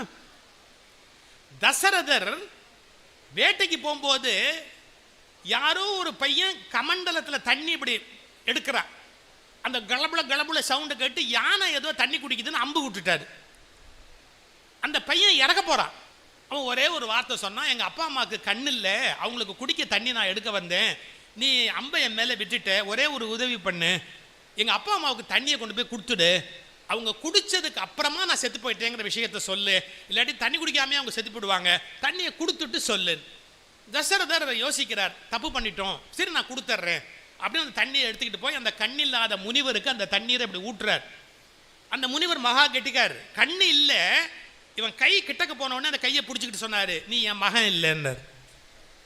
நீ என் மகன் இல்லை, உன் கையில் சந்தன வாசனை வீசுது. என் பையன் நான் பட்னியாக இருக்கும்போது எங்கேயோ சாப்பிட்டுட்டு தாம்பூலம் போட்டு சந்தனம் பூசிட்டு வரமாட்டான், உன் கையிலேருந்து சந்தன மனம் வீசுது, நீ யாருன்னு சொல்லு அப்படின்னார். வேற வழி இல்லாமல் தசரதன் சொன்னான், நான் தான் தசரத சக்கரவர்த்தி, இந்த மண்ணை ஆளுகிற மன்னன், இந்த மாதிரி உன் பிள்ளைய நான் அம்பு விட்டேன், அவன் இறந்து போயிட்டான் அப்படின்னு. அந்த முனிவர் என்ன சொன்னார் தெரியுமா? அட பாவி, என் பிள்ளைய கொண்டுட்டியா? நான் எப்படி என் பிள்ளைய பிரிஞ்சு இப்போ துடிக்கிறேனோ அதே மாதிரி உனக்கு சபிக்கிறேன், நீ உன் பிள்ளைய பிரிஞ்சு இதே மாதிரி உனக்கு சாவு வரட்டும் அப்படின்னு ஒரு சாபம் கொடுத்தார். இதுக்கு சாபம்னு தானே பேரு, சாபம்னு தானே பேரு. இந்த சாபத்தை கொடுத்தோன்னா தசரதர் சிரிச்சாரு. ஏன் சிரிக்கிறேன்? எனக்கு இது வரைக்கும் புள்ள இல்லை, புள்ள பிறக்காதுன்னு பல பேர் சொல்லிட்டாங்க, இப்போ உன் சாபம் உண்மையாகிறதுக்காகவாவது எனக்கு ஒரு புள்ள பிறக்கும்னு நினைச்சு நான் சந்தோஷப்படுறேன்னு. ஏன்னா ஒரு நல்ல மனுஷன் சாபம் பொய்யாவாது, இந்த சாபம் உண்மையாகிறதுக்காவது எனக்கு ஒரு புள்ள பிறக்கும் இல்லை, அப்போ எனக்கு புள்ள பிறக்கும் தெரிஞ்சு போச்சு இல்லை, நீ சாபம் தான் கொடுத்த, எனக்கு அது வரமா ஆயிடுச்சுன்னா. இதான் சார் வாழ்க்கை. யாரோ கொடுத்த சாபம் கூட வரமா மாறலாம். சில பேருக்கு வரம் கொடுத்துருப்பாங்க, சாபம் ஆயிடும். என்ன, எலெக்ஷன்ல சீட்டு கொடுத்துருப்பாங்க, அதுவே ப்ராப்ளம் ஆயிடும். வரம் தான் சாபமா மாறல, சாபம் தான் வரமா மாறல. அப்ப நீங்க என்ன புரிஞ்சுக்கணும்? சபம், வரம் என்றும் சாபம் என்றும் ஒன்று இல்லை. அதை நீ எப்படி உபயோகப்படுத்திக் கொள்ளுகிறாயோ அதை பொறுத்து தான் உனக்கு அது வரமா சாபமா என்று தீர்மானிக்கிறது. அதனால இவங்க சொன்ன மாதிரி அது வரமாவும் இருக்கு, இவங்க சொன்ன மாதிரி அது சாபமாவும் இருக்கு. ஆனா உபயோகப்படுத்தி கொள்ளுகிறவன் சரியானபடி உபயோகப்படுத்தி கொண்டால் இந்த துன்பத்தில் இருந்து வெளியில வர முடியும். அப்போ உபயோகப்படுத்தி கொள்வதுன்னா என்ன, அதை மட்டும் நான் இப்ப சொல்லி தீர்ப்பு முடிகிறேன்.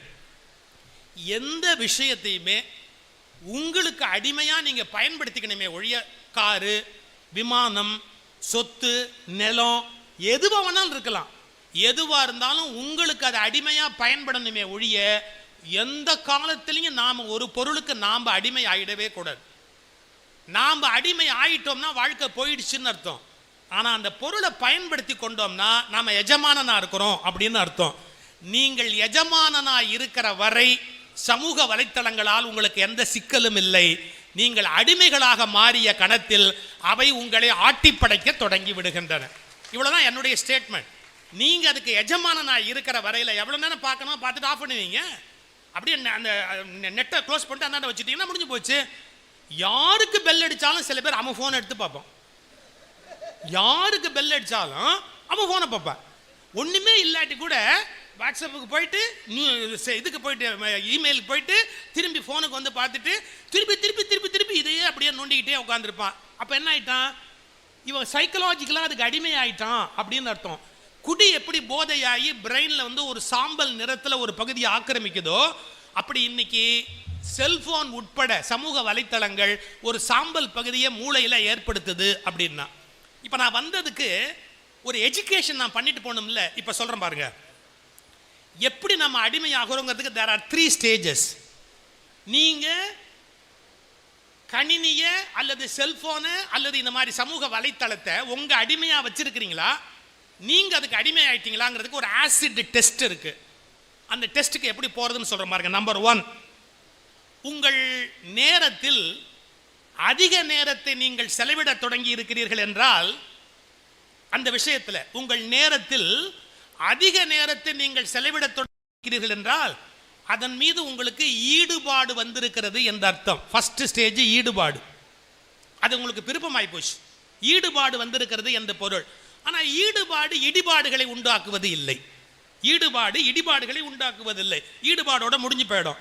செகண்ட் ஸ்டேஜ், எந்த விஷயத்தில் அதிக நேரம் செலவிட தொடங்குகிறீர்களோ அதற்கு உங்களுக்கு ஈடுபாடு வந்துவிட்டது என்று பொருள். இது நம்பர் 1.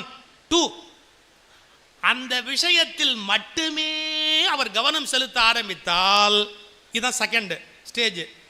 அந்த விஷயத்தில் ஈடுபாடுங்கிறது தாண்டி அந்த விஷயத்தில் மட்டுமே அவருக்கு ஈடுபாடு என்று தொடங்க ஆரம்பித்தால் அவர் மெல்ல மெல்ல அடிமையாக தொடங்கி இருக்கிறார் என்று பொருள். நீங்க எங்க அடிமையாறீங்கன்னு கேட்டா, அதுலயே அதிக நேரம் செலவிடுறதுல இல்ல, அது மட்டுமே உங்களை ஆக்குப்பை பண்ண ஆரம்பிக்குது. பார்த்தீங்களா, அதுதான் எனக்கு பிடிக்கும் அப்படின்னு. அப்ப நீங்க அந்த அடிமைத்தனத்தை நோக்கி போறீங்க அப்படின்னு அர்த்தம்.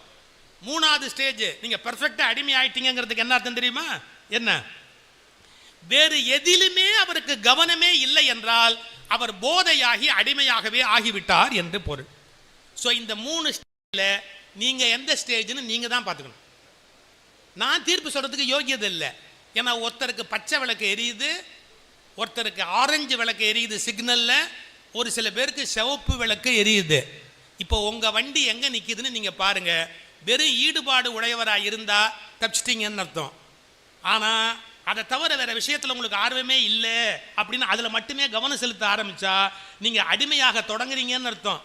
நீங்க அதை தவிர வேற எதிலையுமே எனக்கு நாட்டமே இல்லைன்னு சொல்லிட்டா நீங்கள் போதையாகி அடிமையாகி விட்டீர்கள் என்று பொருள். அடிமை ஆகாத வரை சமூக வலைத்தளங்கள் கொடை, அடிமை ஆனவர்களுக்கு கொடுமை. இதான் தீர்ப்பு. நன்றி.